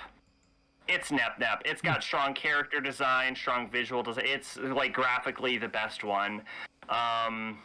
And then Antichamber is such an aesthetically pleasing but simplistic game if you've ever seen it. Very, very hard, angular movements, very bold colors. We all know I'll fucking jizz myself over bold colors, so. Excuse me. So really it's those three that are in the contest. But year 2, best visuals. Surprise upset. The winner is a game I talked about for maybe 2 minutes. The winner is Antichamber. No one saw that coming. I really didn't, honestly. I thought it was going to be I thought it was going to be Firewatch or Soul Hackers, honestly. No, well, so I already said Soul Hackers wasn't really in the running. Sure, yeah. Congratulations, Antichamber. The winner is Antichamber. It's not a very good game, but boy, is it fun to look at. I mean, that's the whole part of these lists too. It's like it can be a shit game, but boy, it might be fun to look at though, or it might be fun to listen to. No, the best games on here are Nep and Firewatch, for the record. Yeah, you really like Firewatch. If I had to recommend one, I would go Nep or Firewatch as like a game you play. If I had to recommend a game you play, I'd go Firewatch. If I had to recommend a game you buy, it's Nep because Firewatch is good for like one playthrough probably and only. Fair enough, yeah. Excuse me. All right, next category. We have best gameplay for year 2. And my nominees for best gameplay for year 2 are Elden Ring, Pokemon Legends Arceus, Resident Evil 4, and Sekiro. Shadows Die Twice. All these games have different game mechanics. All of them are on different consoles as well. So one might say, how can you pick between the 4? And I'll say 3/4 of them are on PC, actually. Shh. I played most of them on PC. Okay, let me rephrase that. I played Elden Ring and Resident Evil 4. And Resident Evil 4, this gameplay is also going to go off of playing on keyboard and mouse, which I was called a psychopath for. But I fucking did the entire game like that and don't regret it. Absolutely batshit. Even I was like, okay, I need a controller. This is fucking bullshit. I will say that. It's the aiming mostly that's the problem. But this is another tough one. Because all these games play very well for their specific genre. Obviously, Pokemon's being the only Pokemon game and Nintendo only franchise on it, so obviously it has a little bit different controls and a gameplay style to it. Johnny, I have 2 controllers. I just like I don't know. I was like, I'm just gonna play Resident Evil 4 on fucking keyboard and mouse. Fuck it. But best gameplay. Well, even if Elden Ring doesn't win, it's still gonna come up, I believe, 2 more times. So for best gameplay for year 2, I'm gonna piss you is gonna have to be. And we need a drum roll. I told the story about me drinking piss during sex once, right? Now you have. I'm pretty sure I did once. Nope, you didn't, but now it's out in the ether. So anyways, best gameplay is gonna have to go to Sekiro: Shadows Die Twice, because mechanically this game is incredibly different from all of them. Resident Evil and Elden Ring were definitely top contenders, but Sekiro had some really good gameplay to it. Like, it was one of the more fun ones to play, just because it was also the most challenging to play too. And that's one of the things I kind of based this on when I came to like these 4 games. Like, the hardest game was Sekiro, and the easiest game was Pokemon by a long shot.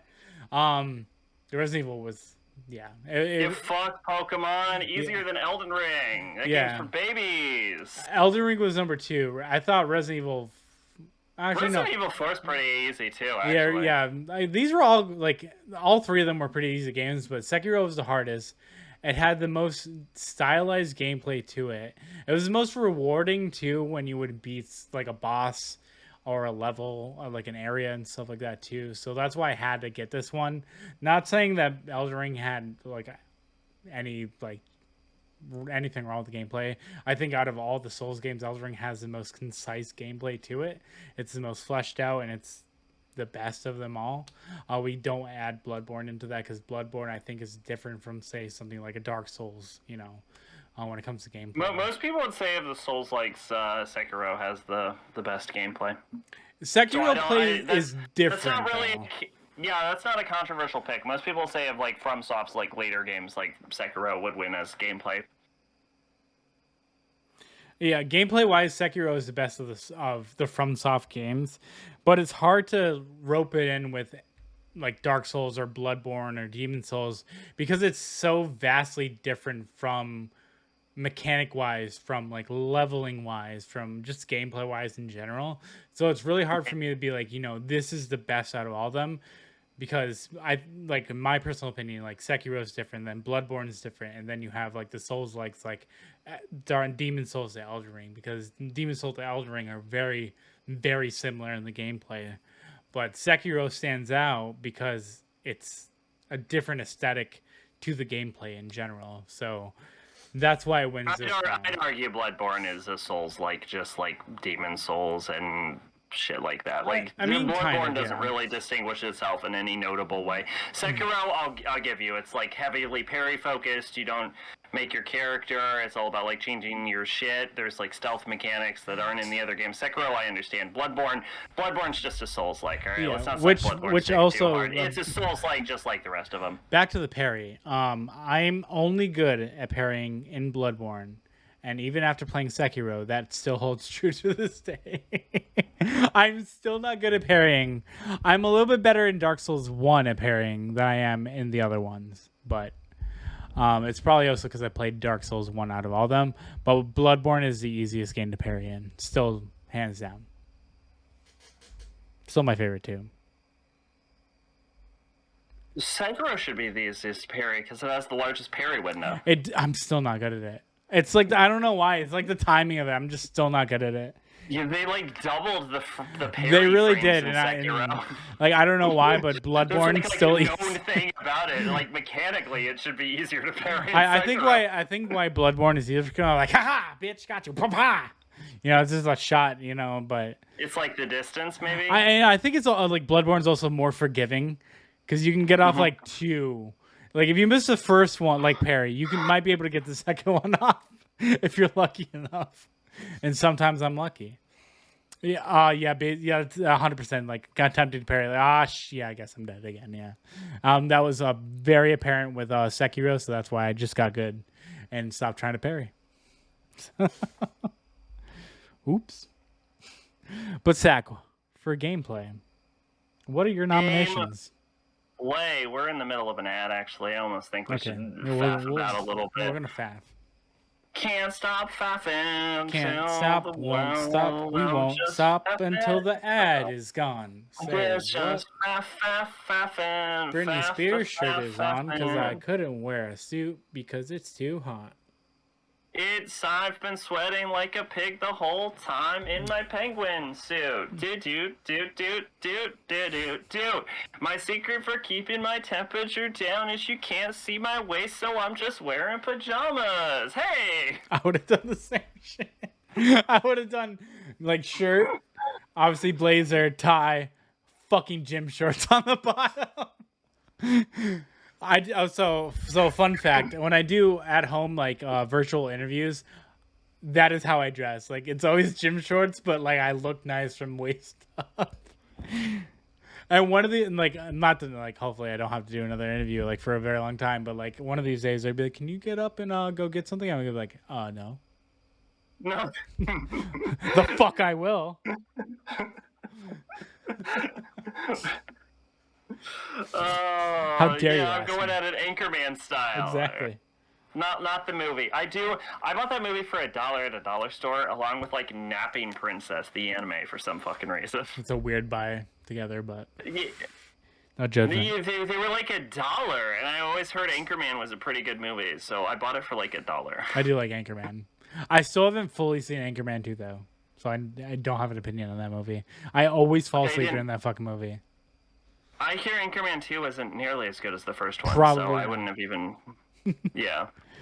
All right, I think the ad's done. So... The ad is done. Nominations for Best Gameplay. What's our category?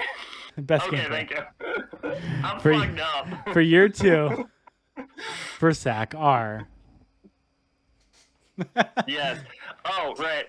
The Best Gameplay nominees are... Elden Ring. Is this the first game that's ever been double nominated? Yes, it is. Yep. Nice.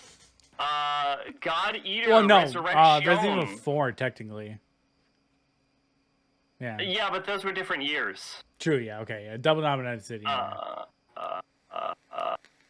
lost my place. Sword Art Online. Fatal Bullet, a game I praised almost exclusively for its gameplay, and not a goddamn thing else. And Yakuza Kiwami, the remake of the Yakuza 1 game. Now, all of these games have pretty damn good gameplay and pretty damn good mechanics. They all do things very well. Maybe I'll talk a little bit more about them in length. But of these games... only one of them takes your hand and softly guides you to a trapdoor that drops you into a fucking shark tank. And then, once you've killed the shark, releases a second fucking shark. And then, once you kill that shark, releases a third fucking shark without letting you take a break. And then, after that, there's 2 fucking sharks. You wanted more? 3 sharks. And then 4 fucking sharks. And suddenly, you're standing on top of a fucking mountain, no longer in the water, comprised entirely of dead sharks, holding aloft the flayed skin of Kamohale to the fucking heavens, demanding that they feed you more. And so the winner for year 2, best gameplay, is God Eater Resurrection. Really fucking up with these button presses right now. I still need to finish this game. This is another game that I have on PlayStation and PC, but every time I play it on PC, half my controller works. So that's the only reason why I haven't played it yet. Because I just have fucking... controller issues. It was the same thing with like fucking Sekiro 2. Like I bought Sekiro on PC not once but twice, and my fucking controller would not work for it. So I just said fuck it, and I bought it on PS4 instead. If I can talk about these games for a second. Yes, go for it. I'm gonna go grab a beer and whiskey so I can take a shot at the end. What I will say about Yakuza Kiwami is it plays kind of like Yakuza 0. But because it's based off the original Yakuza, there's a lot less QuickTime events, which some people might see as a bonus, but I think it actually kind of makes some of the action less impactful and less engaging, and I almost feel like the encounter rate is a little higher on the game. If this was Yakuza 0 competing, it might have been a tighter race. But Yakuza Kiwami was actually, strangely enough, the weakest of these, even though I do really like the fight mechanics. I have said before that Yakuza 0 is my favorite combat mechanics of any game. That might still be true, but Yakuza Kiwami, I think, is a little weaker in that regard. Elden Ring has really solid all-around gameplay. It does, and I'm not going to deny that. But when we get down to it, when we get down to what that game does, it's a mixture of action game mechanics and very, very weak RPG mechanics. And when we look at it as an RPG, there are so many games that do RPG mechanics better. And when we look at it as an action game, so many action games like do what Elden Ring does better, right? Like if you wanted like straight up RPG, you could go play like Bravely Default or something, or if you wanted like an action game, you could go play DMC, and you'll get that exact mechanic handled better. It handles them okay, honestly, and I would say probably as pure gameplay, it is probably the strongest of the From Software titles, except for maybe Sekiro, which I haven't played. But it doesn't get where you would need, I think, in comparison to the other titles, to actually be a legitimate threat in this category. Like, it's good, it's tight in the ways that a lot of the other, like, FromSoft games aren't, but it's just, it's still, at the end of the day, it's a Souls-like. And there's only so far that the limited, like, mechanics, the intentionally limited mechanics of a Souls-like can take you. That's fair. Sword Art Online Fatal Bullet is a 3D third-person shooter game with very strong RPG mechanics, and the third-person shooter mechanics are decent at best, which is kind of what holds it back, honestly. Whereas the RPG mechanics the RPG mechanics in this game are better implemented than Elden Ring. As far as like an action game that is trying to implement RPG mechanics, it's the best I've ever seen it handled. But the actual shooting of the game leaves a little bit desired. Whereas if we look at God Eater Resurrection, this is a game where I couldn't go 2 attacks at the beginning without being hit. And then at the end of the game, and I've said this before, I said this in my actual view, I could fucking fly because I could chain combos for so goddamn long. And this is a skill. It's not like hit A button 5 times in a row and then you do a combo. Like, you have to learn the tricks and the trades and what combinations to press. It almost becomes fighting game-esque in how you combo in this game towards the end. And there is a constant and steady but very well handled escalation of enemy threats. So the amount of skills you have when you're first playing this game would not be adequate. If you had end level gear to fight the final boss and you had just beaten the first enemy, if someone threw you right to the end game with like a save import, you would fucking die. You would get crushed because you haven't developed the skills required. And the game has a naturally built skill cap based on the fact that you can't upgrade your equipment. Like, there's no levels, and you can't upgrade your equipment past the enemies you've actually defeated. So the only barrier for defeating an enemy is how good at the game you are. And as much as the other games can say, God Eater Resurrection is the only one that puts the central focus on pure-ass gameplay and, like, really delves into the concept and lets that develop as its own central theme of the game, which is why God Eater Resurrection does deserve the win. No, that's fair. I really need to play it, but I also need to, like, either play it on PC or just fucking break down and play on my PS5. And I feel like it's a douchey thing to say because I'm like, yeah, I got to break down and play on my PS5. I have to slum it. But it's really, I don't know. It's just easier to play a game in here than it is to play a game on my PS5 because my PS5 is in my room right now. So I would get a PS5 just to play Royal again. I can't wait to play Royal soon. Royal's like P5 but better, but the ending is slightly worse if you do third semester. Well, that's what I really want to do. But if you do third semester and then you move over to Strikers, then the ending is fixed, I guess. So there you go. So you like play those back to back. That might be too much P5 for a person. You might be overwhelmed by the P5-ness of all that. But so much P5. Yeah. Too much P. Less PP. All right. So moving right along. Year 2 story. And my nominees... Is it weird that I feel like I've drunk so much that I'm getting less drunk, but I haven't stopped drinking? No. Is that good or bad? That sounds bad, right? I got a beer, I got a Samuel Adams, and I got my whiskey with a shot glass, so... I've not drank a single thing that was not alcoholic this entire stream. Fair enough. So yeah, nominees for Best Story Year 2. Going to be Guardians of the Galaxy, Resident Evil 4, Sekiro Shadows Die Twice, and South Park The Fractured Butthole. And as a reminder to everyone, this is plot, narration, characters, narrative, and lore. Anything that you could vaguely consider story, dialogue would be considered in this. I feel like I haven't mentioned this last year. Dialogue would also be considered as best story. Anything that could vaguely be considered story is comprised in story. And the reason that the category is so all-encompassing when it should be more split up is because we just would not have enough games to talk about. Yeah, agreed, yeah. Yeah. This was another one that was actually pretty hard. Because all these have pretty good stories to them. Only one of them has a branching story, which is Guardians. So that one makes it the least contender for it. Because I think in order to have the best story, you need one definitive story to the game. And that's kind of fucked. That is fucked to say in like some regards. Cause I would disagree with that, but this is your award. Guardians does have a great story, but it's hard to pick it because I haven't played all of them yet. So that's my main reason. But games like Sekiro, South Park, and Resident Evil 4 all have that one definitive ending, so you only need to play it once. So, even though Guardians is great, I will have to not give it any Guardians out of Guardians this time.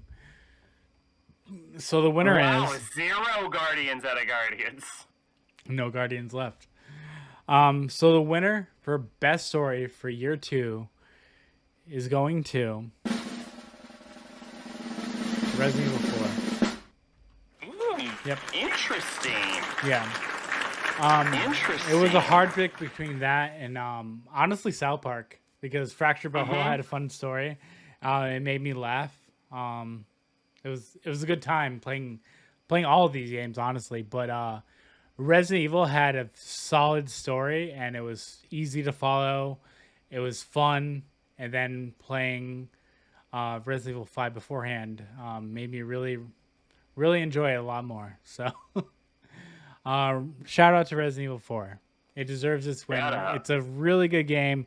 It's a shock that it took me until 2022 to play this fucking game, but I finally did, and I enjoyed it on keyboard and mouse. Monster. You're damn right. So, shit. That is surprising because Resident Evil 4 does not stand out to me as far as stories go. So I guess I usually play more story-heavy games, but I have to say, of those list of those games I played, I would have went for South Park, so I'm actually surprised to hear that. It was really hard between that and South Park, but like I felt like giving it to South Park was only because it made me laugh so fucking much.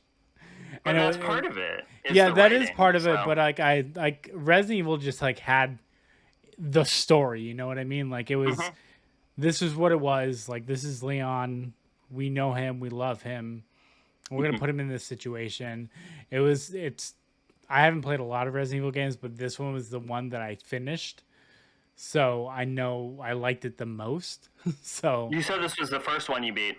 This is the first one I beat, yes. Because you had to beat it before 5, you said. You're like, I can't let 5 be the first one. And I did. I fucking powered through this fucking game. There was only one spot in this game where I died. And it was in the area where you have to fight the 2 big dudes. And it goes in like a fucking square or whatever.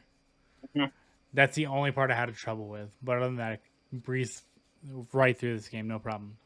Good game. feel like I Good died game. pretty consistently. I don't know.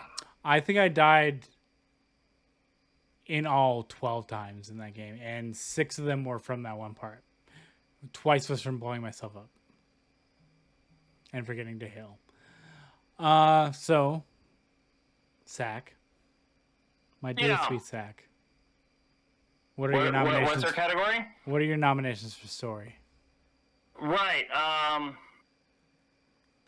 I'm fucked up. That's becoming less of a joke and more of an explanation for what the fuck is wrong with me. Yes, nominations, year 2, best story, Fatal Frame 2 Crimson Butterfly, that's a stream game. Firewatch, Shin Megami Strange Journey Redux, and Valhalla, Cyberpunk Bartending Simulator. Do I need to explain this? Honestly? Do I need to? I don't think so. Crimson Butterfly is generally considered to be the best Fatal Frame. Firewatch is such a personal experience, such an emotional journey for a character. Strange Journey, I fucking sucked Strange Journey's dick for like a solid hour, and you really Valhalla did, is a visual novel which just basically predicates itself on its story and characters. Like the whole concept of that game is listening to characters and solving the problems, mixing drinks, changing lives, right? So, like, I feel like all of these are self-explanatory as far as story. This is I'm sure a lot of people would agree, a pretty good story lineup in general. This is a rough one, honestly. These are all very, very good, and genuinely, I would recommend anyone play any of these games. Out of all the categories, and this was the one where I was like, this is the most fucking random assortment of games I've seen. Oh, for me? Yeah. It's so many different like genres like in this game category, yeah. I feel like this simple image sums up my taste as a gamer, which is that I will play goddamn anything. Which is that there is no taste. I will play anything. I'll play Pong. I don't give a fuck. I've played Pong, actually. On a Odyssey Magnavox. I was going to say on an Atari. I played Pong on an Atari. I'm old. But yeah, no, I don't think I could be hated for making a decision here. I think any one of these choices, someone could be like, I get it.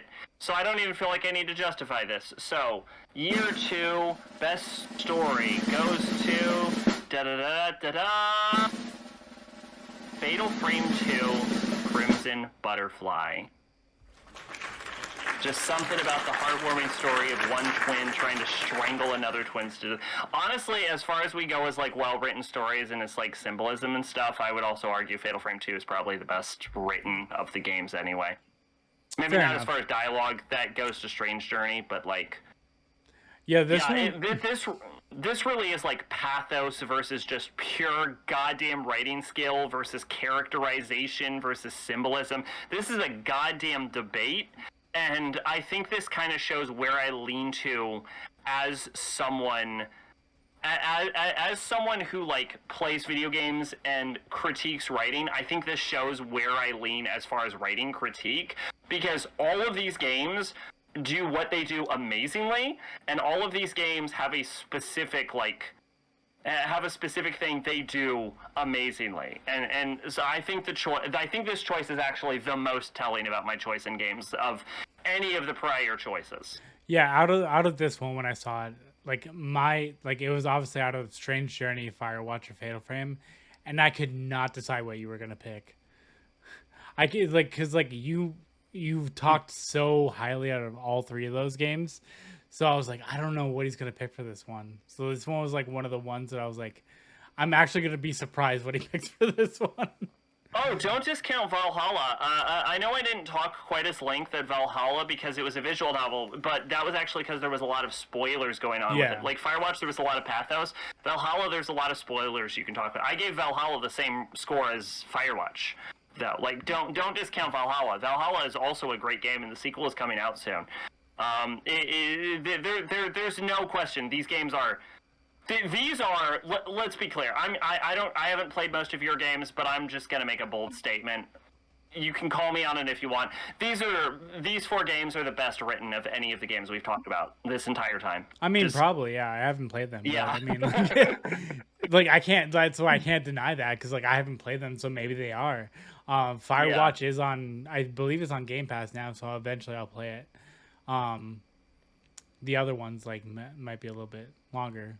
I mean, I can just get them. Yeah. Means. What's up, Max? Also, hey, Max here. Yeah. Yeah, no, I don't want to just kind of... It is an honor to even be nominated, and these 4 games are fucking great. Like, they really are. Like, I would even not even just necessarily just recommend them based on story. I would just recommend these games in general. Valhalla is a little weaker in the gameplay aspect than the others, but... Congratulations, It's fine. It's not the goal of it. Yeah, congratulations, Fatal Frame. Fun fact, I'm the one that created the title cards for all of these. That is just literally a picture of someone's Fatal Frame cover.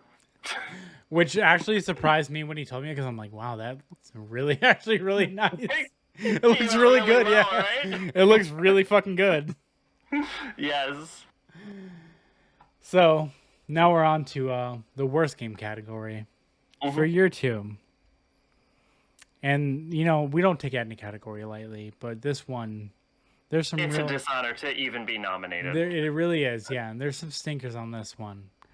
So for worst game of year 2, my nominations are, that is movies. Fuck.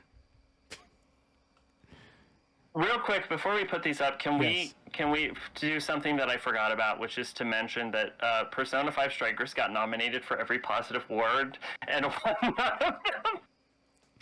It did, yeah. And it didn't win one. Which is really funny. I think it speaks to the quality of the game in all aspects.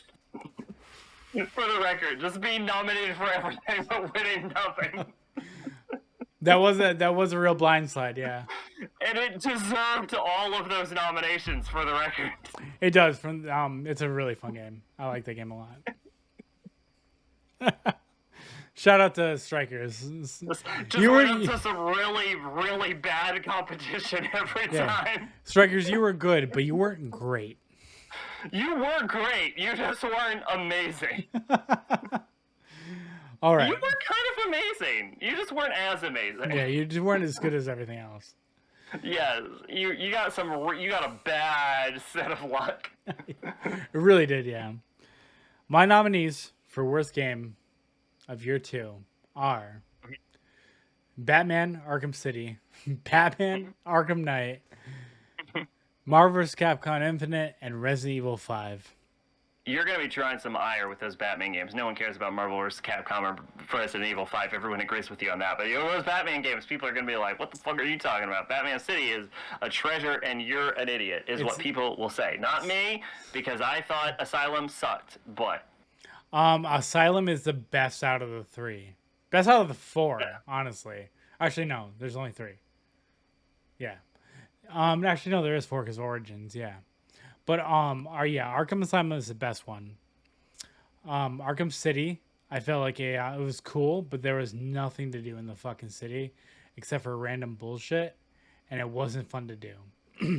Arkham Knight takes that a step further and gives you more random bullshit, but with the Batmobile.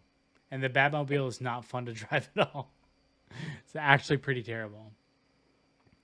Marvel vs. Capcom Infinite was a game that I bought on launch day, and it still is one of the most disappointing games that I've bought for $60 to this day.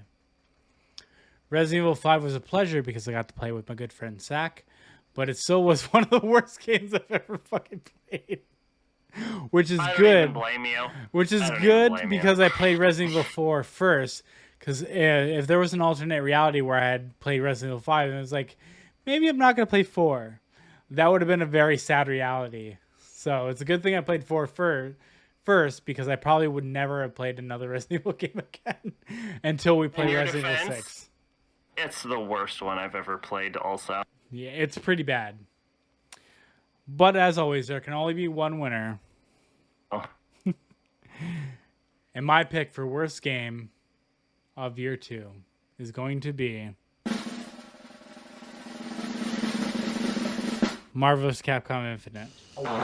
Ooh. Now, can I ask you, is there some recency bias in there, or? There's not, because the story of Marvel vs. Capcom Infinite is pretty solid, but it goes fucking nowhere at the end because they set up a whole bunch of things and never, ever evolve on them. So this is an incomplete game, whereas all the other games feel complete. They have an ending. They do have an ending, yes. It's also one of the worst fighting games I've ever played. It does spout a good roster of characters, but all the yeah, and I mean, it's got Mega Man X in it. Come on. But also, well, Marvel vs. Capcom is famous for being terrible as fighting games. It's like a joke at Evo. Fair enough. I do like 2 a lot. 2 is probably still to this day my favorite one.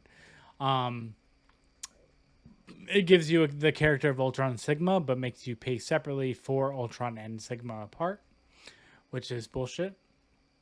Luckily, I picked up this game for $8 for all the DLC and everything. Also, in the story, you go to Wakanda and meet Black Panther and Monster Hunter, which are also eventually DLC characters, and I thought that was kind of shitty of them to do.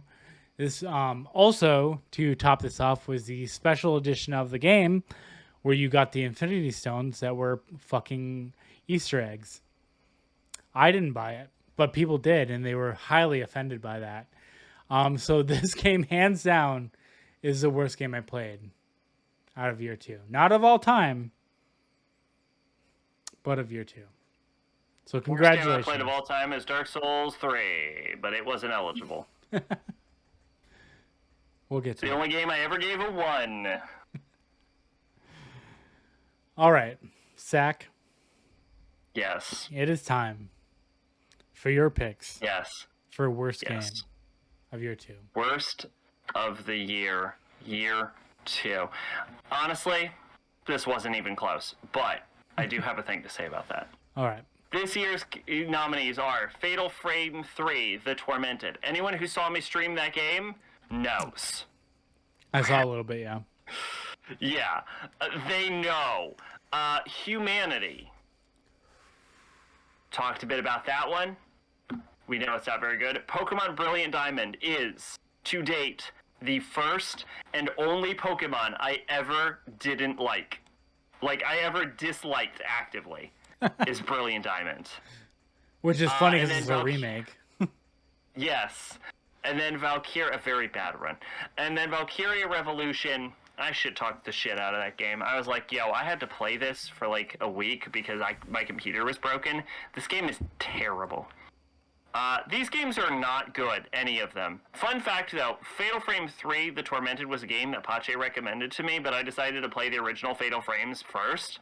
If I did not play Fatal Frame 1 as my first Fatal Frame game, and I had played Fatal Frame 3 as my first Fatal Frame game, I would never have played Fatal Frame 2, and it never would have won Best Story. Because, dear God, is this game fucking terrible.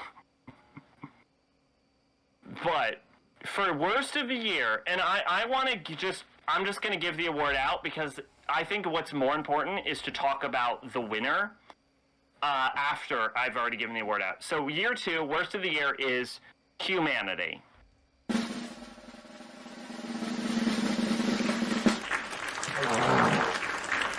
Okay.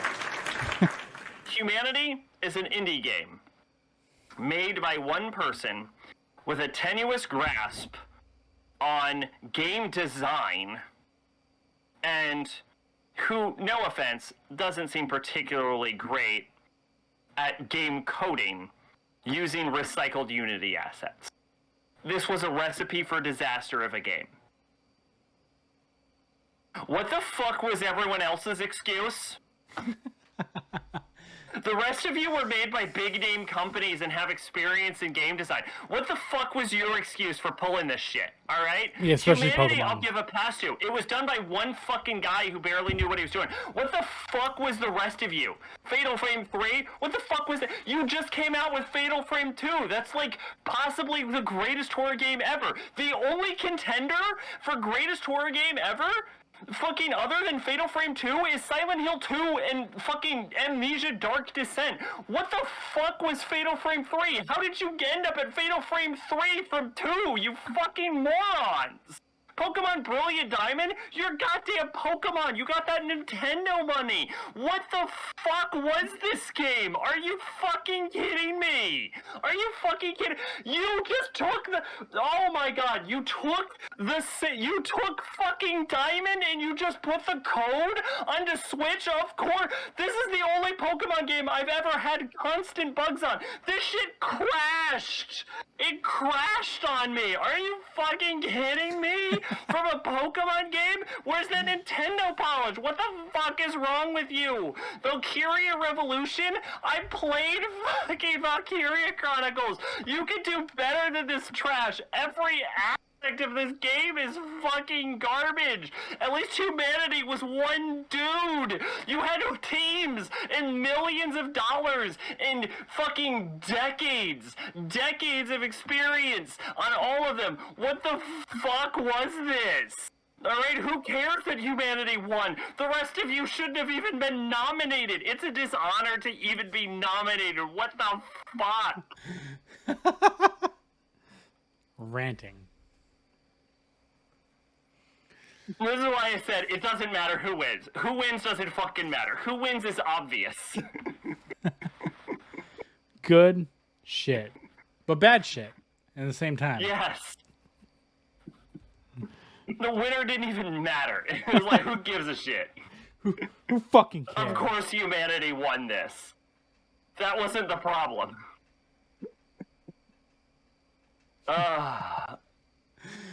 Humanity really is terrible, by the way, though. On a brighter note, we have the best game of year 2. Oh, yes. And these are my nominations for Game of the Year. We have Elden Ring, Guardians of the Galaxy, Pokemon Legends Arceus, and Sekiro Shadows Die Twice. This one was also pretty tough. I'm not going to lie. Do I need more alcohol? I need more alcohol. I'm not drunk enough. That was a totally normal rant that happened from a sober sack. Love it. Have they remade Diamond yet? Yeah, we just talked about it. I've almost drank this whole ass bottle. Oh, yeah, that was the remake of Diamond, Mac. That was the remake, yeah. Yes. All these games have their ups and have their downs. But what game was the game that I had the most fun playing? Oh, shit. Sorry. Elden Ring was a fun experience, solo player and doing co-op with my friends. Guardians of the Galaxy was a lot of fun. Good story. Great voice acting in that game. Pokemon's The Legends of Arceus changed up the formula a little bit and gave us a little bit different Pokemon game that I kind of want to see them expand on going forward. And Sekiro was a fun, hard challenge that I loved so much.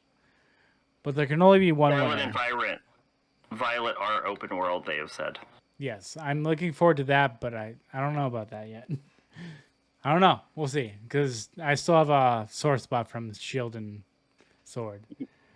As far as like 2022's Game of the Year, I feel like a lot of games could have been contenders. Because like basically the games that came out this year, as far as like the 2022, not the Cold Topic Awards, but like 2022 Game of the Year, I feel like a lot of the games most people were talking about was like Arceus, Elden Ring, Kirby was a surprise hit. I know Kirby was really good, come out this year. I haven't finished it yet, though. That's why I wasn't on it. Scarlet and Violet were supposed to come out this year. Final Fantasy 16 were supposed to come out this year. Hogwarts Legacy was supposed to come out this year. That's the game I was excited about. And like Soul Hackers comes out in like 5 days, right? But like Final Fantasy, Pokemon Scarlet and Violet, and Hogwarts Legacy all got delayed to 2023. So as far as like the 2022 Game of the Year awards, like if we're like taking a step back and we're like giving every game a shot, really, I feel like it's For 2022, not Cool Topic Awards, not your awards, but like for 2022, it's probably the real contest is Arceus, Elden Ring, Kirby, or Soul Hackers. It would be my guess, because like everything else got delayed to next year for some reason. Like so many delays till like 2023 for some.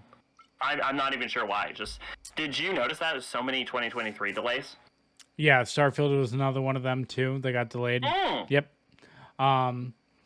I prefer. I don't see. I'm one of those people that don't mind a delay, because if they I would rather them delay the game and the game be good than them release it immediately and then have to fix it later. See, that's the biggest gripe I have with Avengers. Like, if Avengers was delayed another 6 months, and that game would have launched as it did, like in March of the year with all the updates and stuff like that, that would have been exponentially better than what we got at launch. So when they delay stuff, it's the same thing with movies too. Like it's sometimes it's a little weird for a movie because it can be like, okay, what's going on? Is the movie not good? Do I have to do reshoots? But with games, I'm like, okay, they're only doing it to make it better. Like that was the biggest thing with like Halo Infinite, was like they delayed that game twice, and they put it a year and a half out from when it was supposed to originally launch. And I think it benefited it exponentially. But another with games, I assume if a delay is happening, it's probably not like rewrites or voice acting or anything. It's probably bugs. They're probably like gotta bugs, graphics, gameplay, something. Yeah. So without further ado, my game of the year for year 2 is going to be Elden Ring. Everyone knew that was going to happen. Yeah. I had a lot of fun playing this game, and I played it twice. I played a lot of the multiplayer, which was a lot of fun, with a few people, a few friends. And just like the cheese that you could do was a lot of fun, even though it was kind of shitty. But like the bugs that this game had in it when it came to like PvP were so much fun. I didn't even care. This was pretty hard just because I enjoyed all 4 of these games a lot. Arceus was a blast to play. Like I haven't had that much fun with a Pokemon game in a while. Guardians was a good palate cleanser after like playing Avengers. Sekiro was like a lot of fun, even though it was probably like the hardest Souls game in my opinion. But out of all of them, like the most fun I had and like the most memories and memorable moments I had was with Elden Ring, playing that game for the first time. I took a week off of work to play that game too. That was another thing. Good game. I cannot like tell people enough how much I love this game. So congratulations, Elden Ring. Congratulations, Elden Ring. I have played Elden Ring 6 times. I've beaten it 6 full times. I still need to go back and beat it again. And they have a couple mods I want to try out, so everyone's Millennia. So the last topic of the night. Sachs Game of the Year. Award. The of awards. Award of awards. The king of awards. Bathed in the awards of other awards. Also, shout out to Digimon Survive. Also, that's another game that came out that I still need to play that might potentially be up and running for Game of the Year. Who knows? We'll see. Melted in the awards of Mount Doom. Christened with the great blade of awards by King Award, who drew the award blade from the award stone, placed there by the Great Wizard Award. We have Year 2 Game of the Year. And what contenders we have this year, may I just say. Fatal Frame 2, Crimson Butterfly, one of the greatest horror video games ever constructed. No More Heroes 3, the long-awaited sequel to a long-beloved franchise, Shin Megami Tensei Strange Journey Redux, a game that I sucked its dick for like an hour.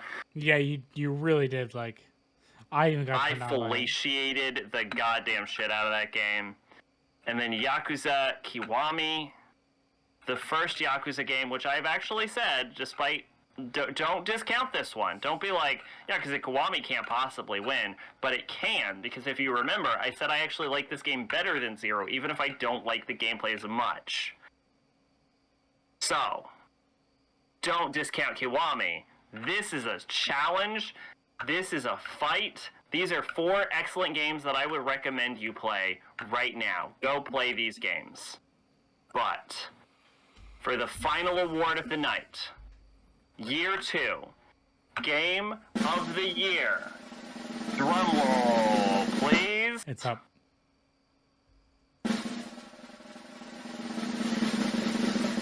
The winner is... Go get your favorite video game. Go get whatever you're playing right now. I want you to take it. I want you to throw it in the garbage because fuck you. The winner is Shin Megami Strange Journey Redux. Best game of the year. Everyone saw it coming. Yeah, I'm not gonna take Mega Man X, any of these.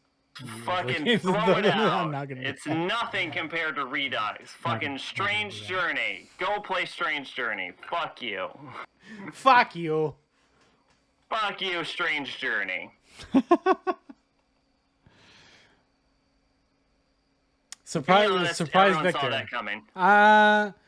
Yeah, I kind of yeah. I don't know. It was tied between that and Travis. No More Heroes, you know. I have made my love of No More Heroes well known, so I'm not for sure that would surprise anyone. Yeah, those are like when I saw this one, I'm like, it's between those two. $75? Fuck that shit. Oh yeah, no, it's pricey as shit. Yeah, those were the. Yeah. Congratulations. Go fork over $80 for Strange Journey and go play Strange Journey. Or you can be like me and I can show you what. Don't be like John. Just go get Strange Journey. Go Strange Journey. Strange Journey is so fucking good too. So here's a fun fact. When we were coming up with this podcast, I didn't actually remember if I beat 3 Houses or Bravely Default 2 in Year 2 or Year 1. And there wasn't originally going to be a Year 1 awards. So in my brain, I thought it was Strange Journey versus 3 Houses and Bravely second. That's what my brain told me. And then when I actually went through it, I realized Strange Journey wasn't competing against them. I actually hate to say this. Strange Journey just ran away with the award. It wasn't even close. Like, as much as I love No More Heroes 3 and Yakuza Kiwami and Crimson Butterfly, it's not Strange Journey. It just is not Strange Journey. I hate to say it, but it isn't. If Strange Journey went up against the Year 1 awards, against like 3 Houses, and it went up against Bravely Second, that's a fight. That would be a fight for it. But like, as far as like Year 2 Game of the Year awards, it just kind of won. Like, this is why I say Year 1 Game of the Year awards was the hard fought battle, and Year 1 was like nothing because like Strange Journey didn't have a fight. There were some pretty heavy contenders for Year 2. Like, those games are all good, and I would highly recommend any. There is not a game that won an award except for Worst of the Year that I would not recommend as a game, because I played an amazing assortment of games. Like, any of the games I played outside of Worst of the Year for Year 2, for any of the categories, I would just recommend as a video game in general. I think they all hold up as games by themselves, and I think you should go play them probably. But... Eternal Punishment's not that good, but besides that one, right?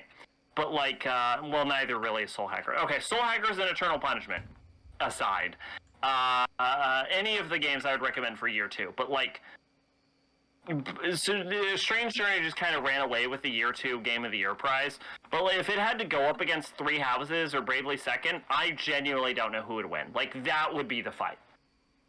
That would be the contest. So, I think between my 2 picks, Elden Ring would still win between Game of the Year. Yeah. Oh, if it had to go up against the year ones? Yeah. Eternal Punishment. See, I haven't played the PSP version, so we're only going by PS1 version.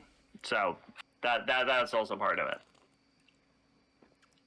But I also think that Eternal Punishment has a much weaker story than Innocent Sin.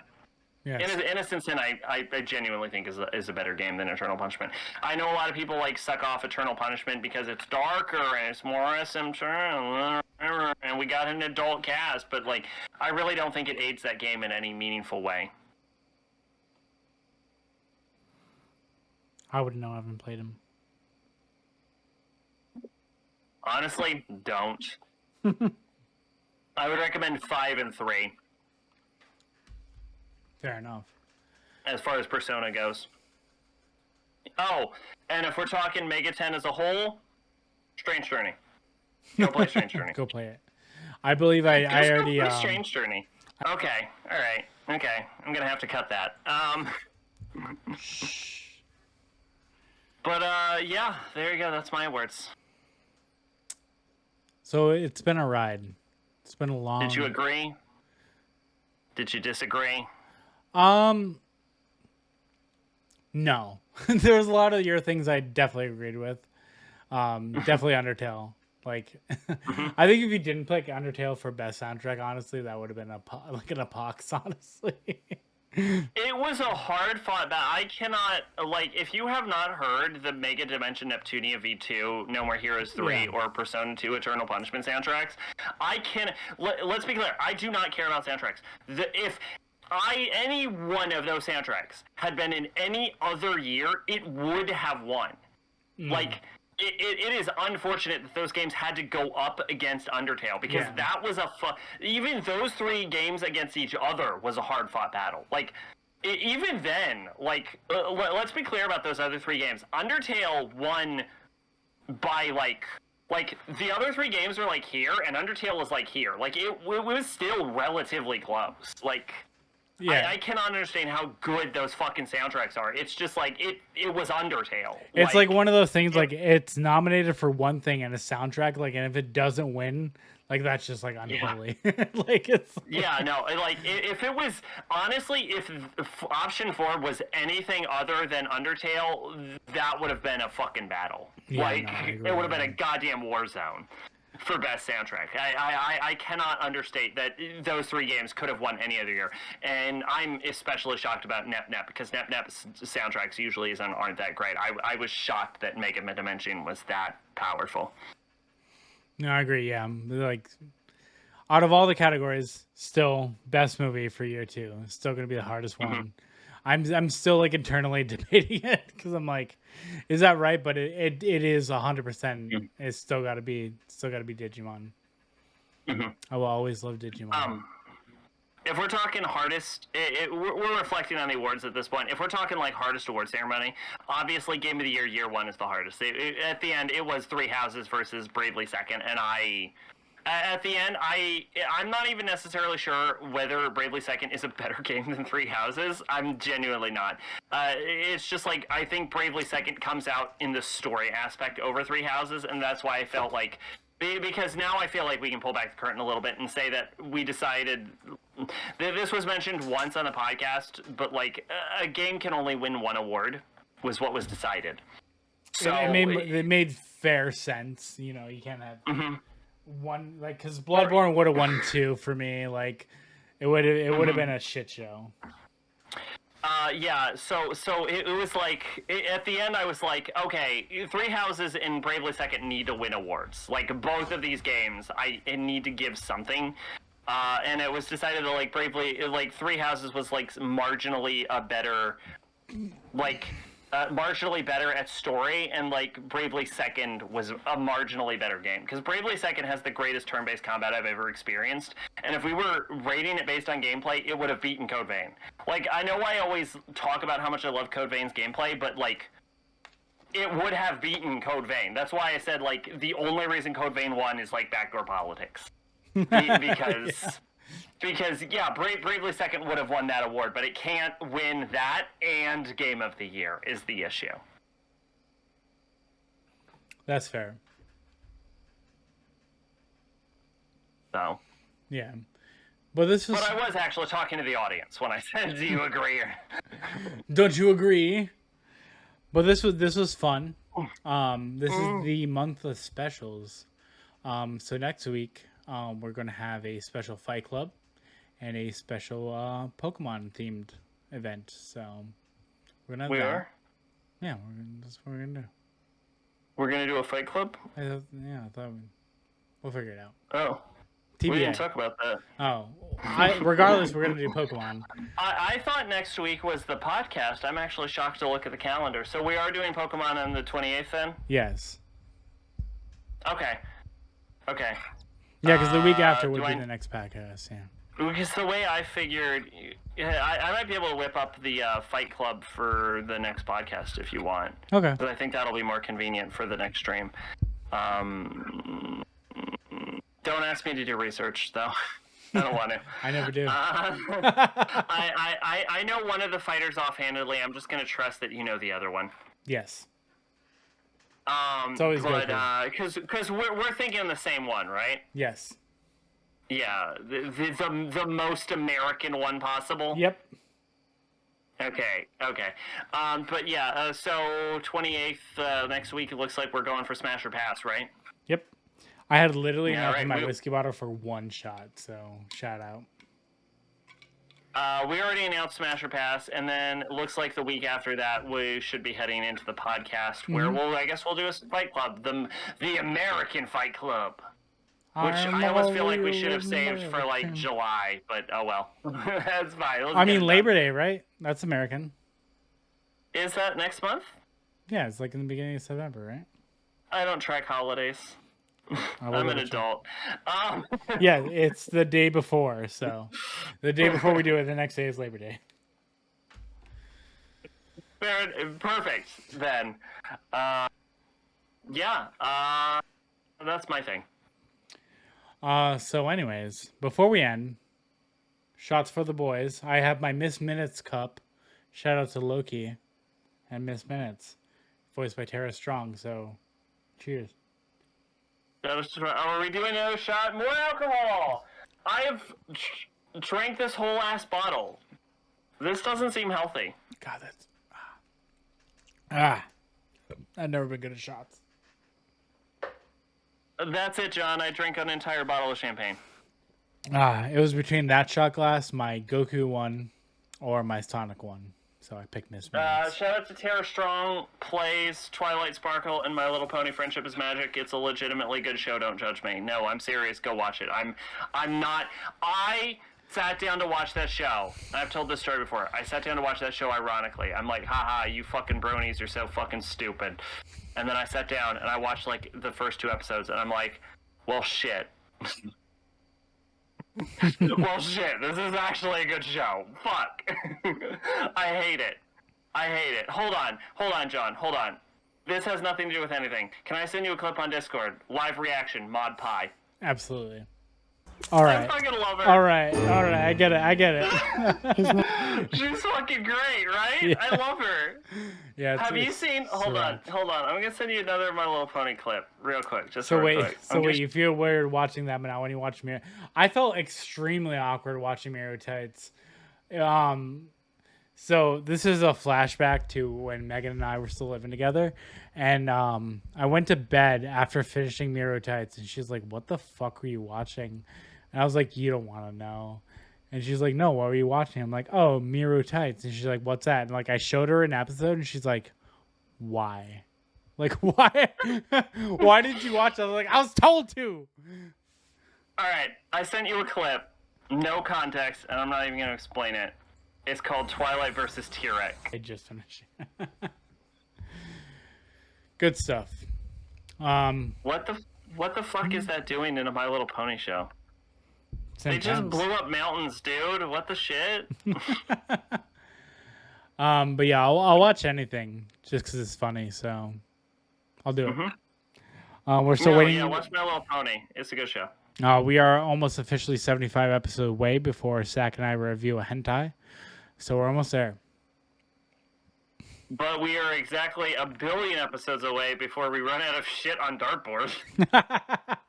We'll never run out. I will be 75 and still reviewing either good, bad, or horrendous animes. We actually said that episode 42 is just going to be a review of Hitchhiker's Guide to the Galaxy. Well, it has to be at that point, The entirety of episode 4. I don't even think we're going to do dartboard on that episode. I think it's just fucking watch Hitchhikers.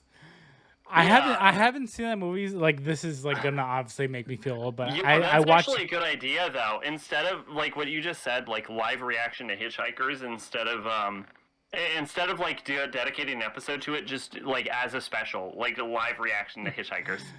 Yeah, I haven't seen the movie since theaters, so if that doesn't make me feel old, I don't know what does. Because that movie is pretty fucking old. Yeah. I also every time I forget Martin Freeman's in that movie as the lead. I think I watched it at an ex-girlfriend's house at one point. I saw it in theaters because I remember like loving the book like a lot, and my dad was super into it. And I believe I went on a date with a girl, and she's like, "I don't get this movie." I'm like, "Yeah, I didn't expect you to. I just wanted to see this and not be alone." So we were having like a party, and I was like, "Yo, we should watch fucking Hitchhikers," and everyone was into it. And then I was like, "Yo, we should watch Kill Bill Volume 1." Everyone was into that. Fair enough. And then we had a sword fight. Okay, with real swords or? Yeah, not with our dicks. Yeah, with a sword. Just want to make sure. Yeah. So anyways, I believe this concludes the inaugural episode of the Cold Topic Award Ceremony. Yes. We went through 2 years. Next year will only be 1 year, so it'll be a bit briefer. It will be the first anniversary, because as a reminder for grammatical correction, there is no such thing as a first. You cannot have like the first. The first thing is an annual. You can't have a first annual. There's no such thing as a first annual. It's the second annual. You need an inaugural, and then it's the second annual. Do you understand? That's why it's not the annual. It's a grammar thing. That's why it's called the inaugural, all right? The next year is the second annual, because it happens every year. You get it? You get it. I'm sorry, I'm watching Cross Grenades. I'm too drunk not to go grammar mode on you. Fair enough. Well, but we hope everyone's had a good time. We will see everyone next Sunday with something else. Something completely... Drink an entire bottle of champagne. I promise that next weekend we will not be drinking as much as we are. I also promise that. Yeah. I normally do my drinking out on Fridays now with my my new girlfriend, so I will try. Mazel tov. Thank you. Yeah, very nice woman. It's pretty cool. But anyways, have a great night. Thank you for stopping by. We hope we didn't offend anyone with these choices that we made, or the bold accusations. I hope I did. Fuck you, Strange Journey. Fuck you. Fuck you, Ghostbusters. I don't give a fuck. You will always be one of my most hated movies of all time. I don't give... In any category, I don't care. Girlfriend who doesn't know you watch Mirror Tales, I'll tell her. I don't give a fuck. She'll be like, what's that? And I'm like, you don't want to know. You don't know the darkness I've seen. You don't want to know the shit I've seen. Anyways, we love you. So... Zach's done for the night. He's his head's down. He's down for the count. He's officially zoned out of reality. I'm fucked up. I drank an entire bottle of champagne. I drank an entire bottle. I drank an entire bottle of wine and a beer and a shot. So I don't want to brag, but yeah, no, I guess you win. But Jesus, I did it, Mom. Just be proud of me, Mom. Negative proud, yeah. Anyways, we will see you next weekend with more wholesome goodness. Have a good night. I've been Sacrabalic, your Envoy of Hope. And Check me out in The Walking Dead final season. We made it to the last season of Walking Dead, and then we're going to do Mega Man Battle Network. Always be plugging. And I've been ConquertheJohn. I will get back to streaming as soon as I figure out what I want to stream again and figure out when I'm going to do it. New job means new schedule, which means I have to readjust my whole entire life. So I love you guys, and we'll see you later. Have a good night, everyone.